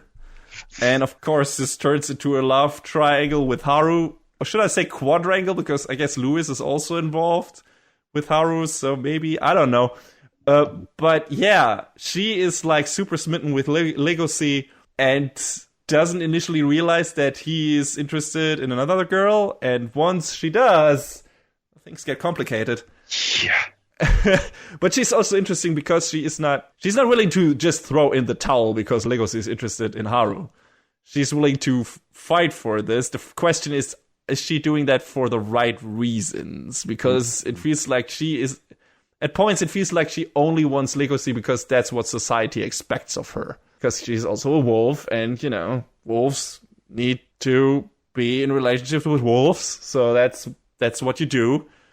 And, so it feels like her and Legacy's values are completely different. And I think Legacy even says as much at a certain point. And it's really interesting to see her try her darndest to pull him over to her side. But yeah, that being kind of a problem because Legacy, for many reasons, only has eyes for Haru, kind of. Because she means something completely different to him than he means to Juno. And yeah, it's really interesting to see how these characters basically clash with each other. And I'm expecting there's more to come from that part of the story in the second season. I don't think this is the end of that, or where the finale of this season leaves it for those characters. It's also really interesting to see that Juno easily overpowers Lewis at some point, which is a great way to show that on a basic level, carnivores are generally stronger than herbivores in this world, or at least if they're the same size. And that was an interesting part, because she is not that kind of character, really, initially, so you don't expect her to be able to do that, but she easily does it. So, yeah, that's how the world works in this show. So it's interesting. Yeah, and yeah, I expect her character to be more important in the second season, because that's sure what it looks like. But yeah, this was the first season of Beastars. And like I said, it's plot-wise goes into interesting ways where it's like, hey, okay, there are these dark undercurrents in society, and there's a lot of shit going wrong. There are bad carnivores out there. There are fucking Yakuza lions, for example. And a bunch of shit happens in the finale of the show, where, the relationships that have been built up between between the main characters become very important. So yeah, I loved it. I think Beastars is an exceptional show, and something really unique that I don't think I've seen in anime before ever. For many different reasons, it being about animals and also being like this kind of dark high school drama with a lot of heavy political and societal subtext, also sexual themes, and a bunch of shit I would just not expect in this kind of show with this kind of setting, but it's in there and it all works pretty much. So yeah, kudos to the writer of the manga, kudos to the people who adapted this for making it feel so natural and for making the characters feel so well developed and relatable. And I'm also really interested to see where the plot goes. I want to know who killed Tem still, even though that kind of fades into the background a bit. But yeah, I want to know what's going to happen to Haru and Legoshi. I want to know what happens to Lewis. It's all riveting stuff. It's all really engaging. And I think, John, you felt the same. Oh, yeah, definitely. Like, went into its story of how many other shows sort of pick up out of curiosity. Didn't know what to expect. Got a pretty damn good story with definitely multifaceted characters that really gripped me. I guess you could say it got its claws in me. Okay. But yeah, no. No, the show was really, really great, and I'm looking forward to more of it. And it's a goddamn shame it was in Netflix jail. Yes, nobody will talk about it for long, I assume, because that's what happens to binge-watching shows. They're in your head and they're out again, and nobody talks about them. You'll be able to watch it starting on March 13th, I believe. So everybody go watch it if you have a Netflix sub. 13th or 17th. I don't know what the worldwide premiere date is. But yeah, definitely watch it as soon as it starts airing. We implore you to check this out because, like, if you want a showcase for how good anime CG can get, this is it. And it's not even a flashy action show. Yes, there are a few great action scenes in there with wild cinematography and fluid as fuck fight choreography. But the focus is on the dialogue, the facial gestures, the body language, the character interaction, and development overall. And the fact that this is all happening between anthropomorphized animals, and most of it feels natural, relatable, and down to earth, and not cartoony at all, is remarkable in my opinion. And if you write that series off because you think it caters to furries, and only that, you're making a bad mistake, in my opinion, really bad one. Neither John and I are furries, nothing against furries, again, but this show spoke to us, even we are not that. So believe it or not, I think I speak for both of us when I say this is an excellent show, with a unique and impeccable presentation that will pull you in on an emotional level if you let it. And it's incredibly well written. And relatable characters will make you wish the best for them. And it also gives you some food for thought and an interesting prospect for future developments. So yeah, everything you could want from a good show, in my opinion, is in there. And I can't wait for season 2, which has already been confirmed. So there's that. All right. I guess that's it for the reviews for fall season 2019. So nothing else left to do but choose our...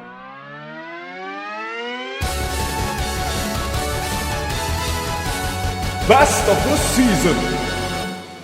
All right, John, we already talked extensively about the Crunchyroll Anime Awards.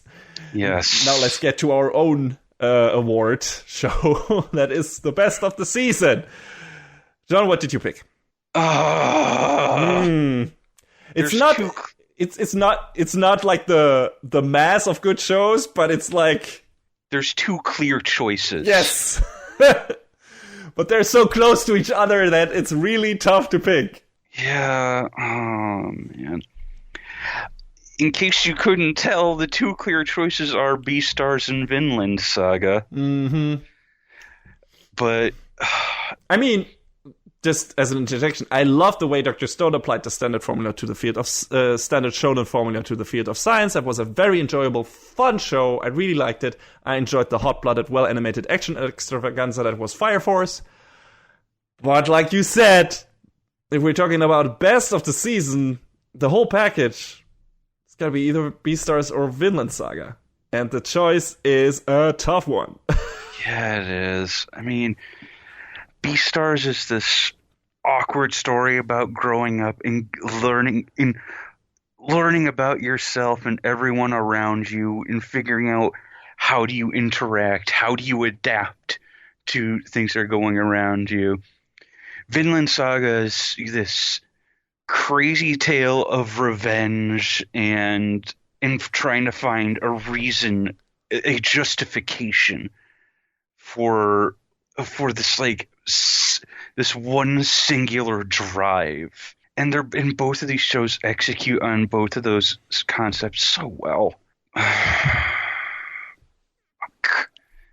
What's your choice? Yeah, well, just like for you, it could be either of those two shows. Like, Vinland Saga is one of the best-looking, traditionally animated shows I've ever seen. Beastars probably the best-looking CG anime I've ever watched. Both shows have fantastic soundtracks. They have both riveting plots, incredibly well-written, relatable characters to an extent. Some interesting themes to chew on. Two great anime packages all around.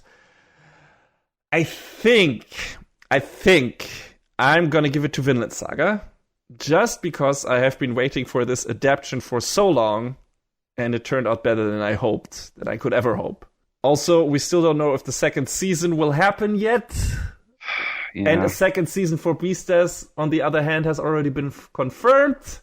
I think it's gotta be Vinland Saga this time. Like I said, it could be either, and you definitely should watch both. Definitely. But this time, I will choose Vinland Saga as my pick for best of the season because, this is just, hey, I've waited for this a long time, and it was fucking great. It was even better than great. It was fantastic. And if I don't get another season of this, I will cry, but at least I did the right thing and chose it as best of the season once. So there's that. And that will make me feel better. But again, it could be Beastars as well. It's fantastic. But maybe the second season of Beastars will be even better. Who knows? And then I get to choose that as my best of the season, unless it's running alongside of another great thing. We'll see. Whatever happens. I don't know when the second season is hitting.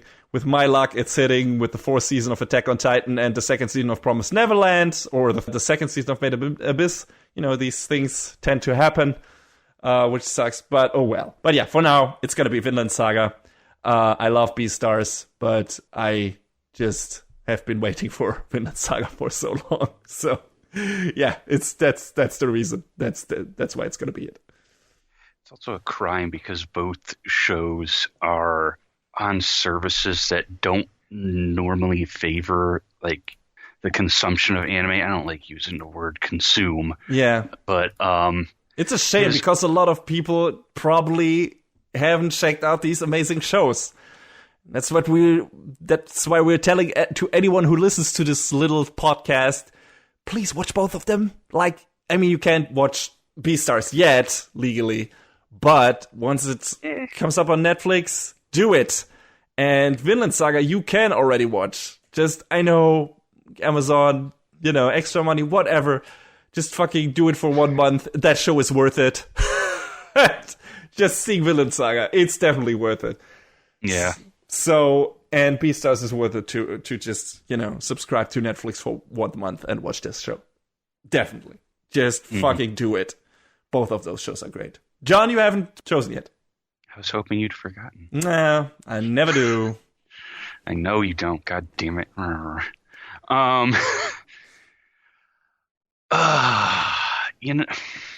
These shows were both so good and so different because of their content.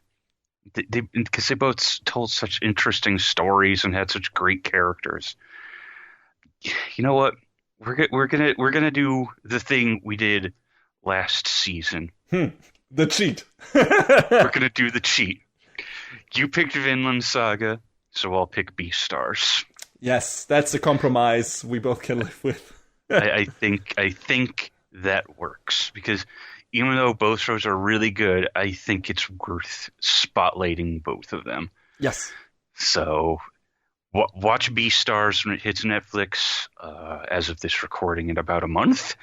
Watch I know the cost of Amazon Prime is a tough pill to swallow. I only have it because I piggyback off my dad. Thanks, Dad.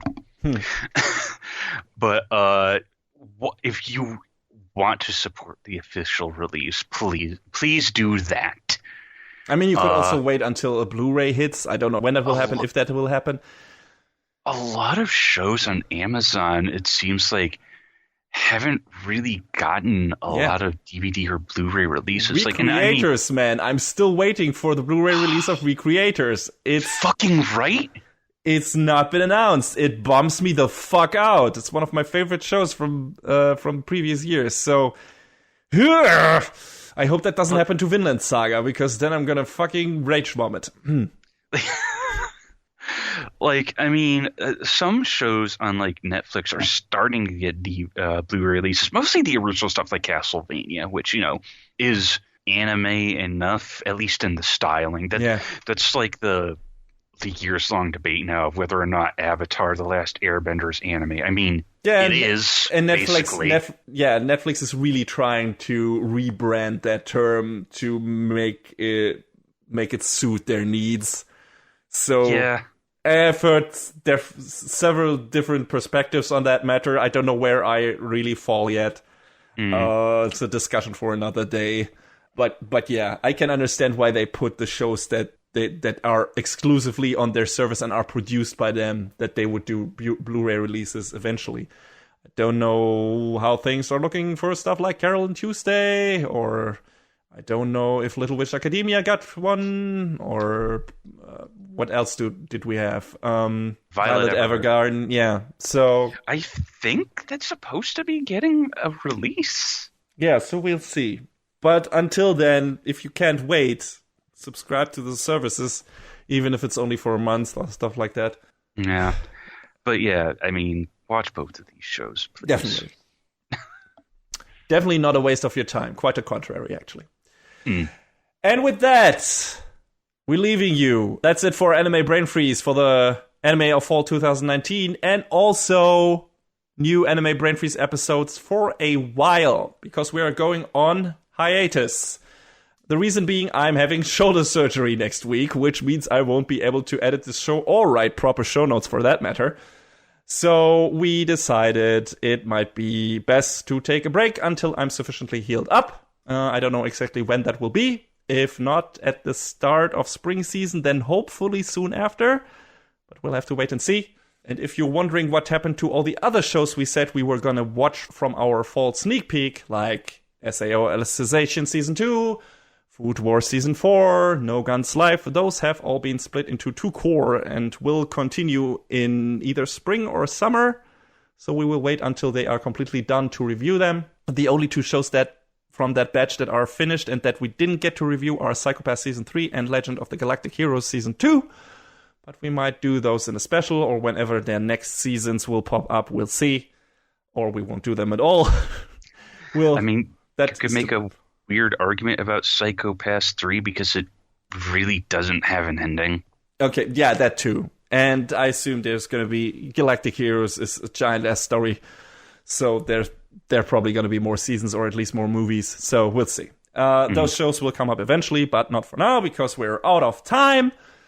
Can't do another show. That's why this last one is so fucking giant-sized, even for our standards. Sorry about that question. We're pushing on being live from Castle Super Beast length. Holy shit. Yeah, well, some people crave that length. I actually know a person like that person. I mean, who was really bummed out when we did a shorter episode. So, I mean, I'm not throwing any shade on Pat or Wooly. I love them both. They're both great. But, you know, I look at their podcast and I'm like, oh, I should think about listening to that 4.5 hours. Oh. Yeah. So, yeah, these giant-sized episodes will not become the norm. Or usually, I mean, we often go like 3 hours something, but I think this is going to be more. So, whatever. Yeah. But, yeah. This is kind of like a short goodbye present for our steady listeners. That's why we made this one a big one. And yeah, to carry you over the long drought in regards to new ABF episodes. That will happen for a while. So I don't know when we'll return, but it's hopefully going to be sooner than later. But yeah, for now, that has to be it for Anime Brain Freeze for a while. And we hope to talk to all of you soon. Take care, everybody. Wish CC a good recovery. Thank you. And hopefully we will see you sooner-ish rather than later-ish. Indeed.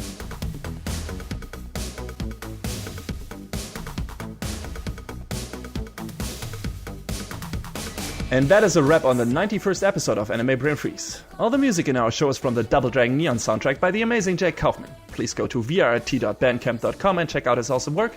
Our show is available on most of the popular podcast services, but it's always worth visiting animebrainfreeze.com for our review index and more. Leave us comments and questions on YouTube, follow us on Twitter at AnyBrainFreeze, or send an email to animebrainfreeze@gmail.com. We would love to read your feedback. Thanks for tuning in, we hope you had a good time, and please join us again on our next episode. Macht's gut. So long, everybody. Next time on Anime Brain Freeze. The heroes return. And the stakes are raised once again.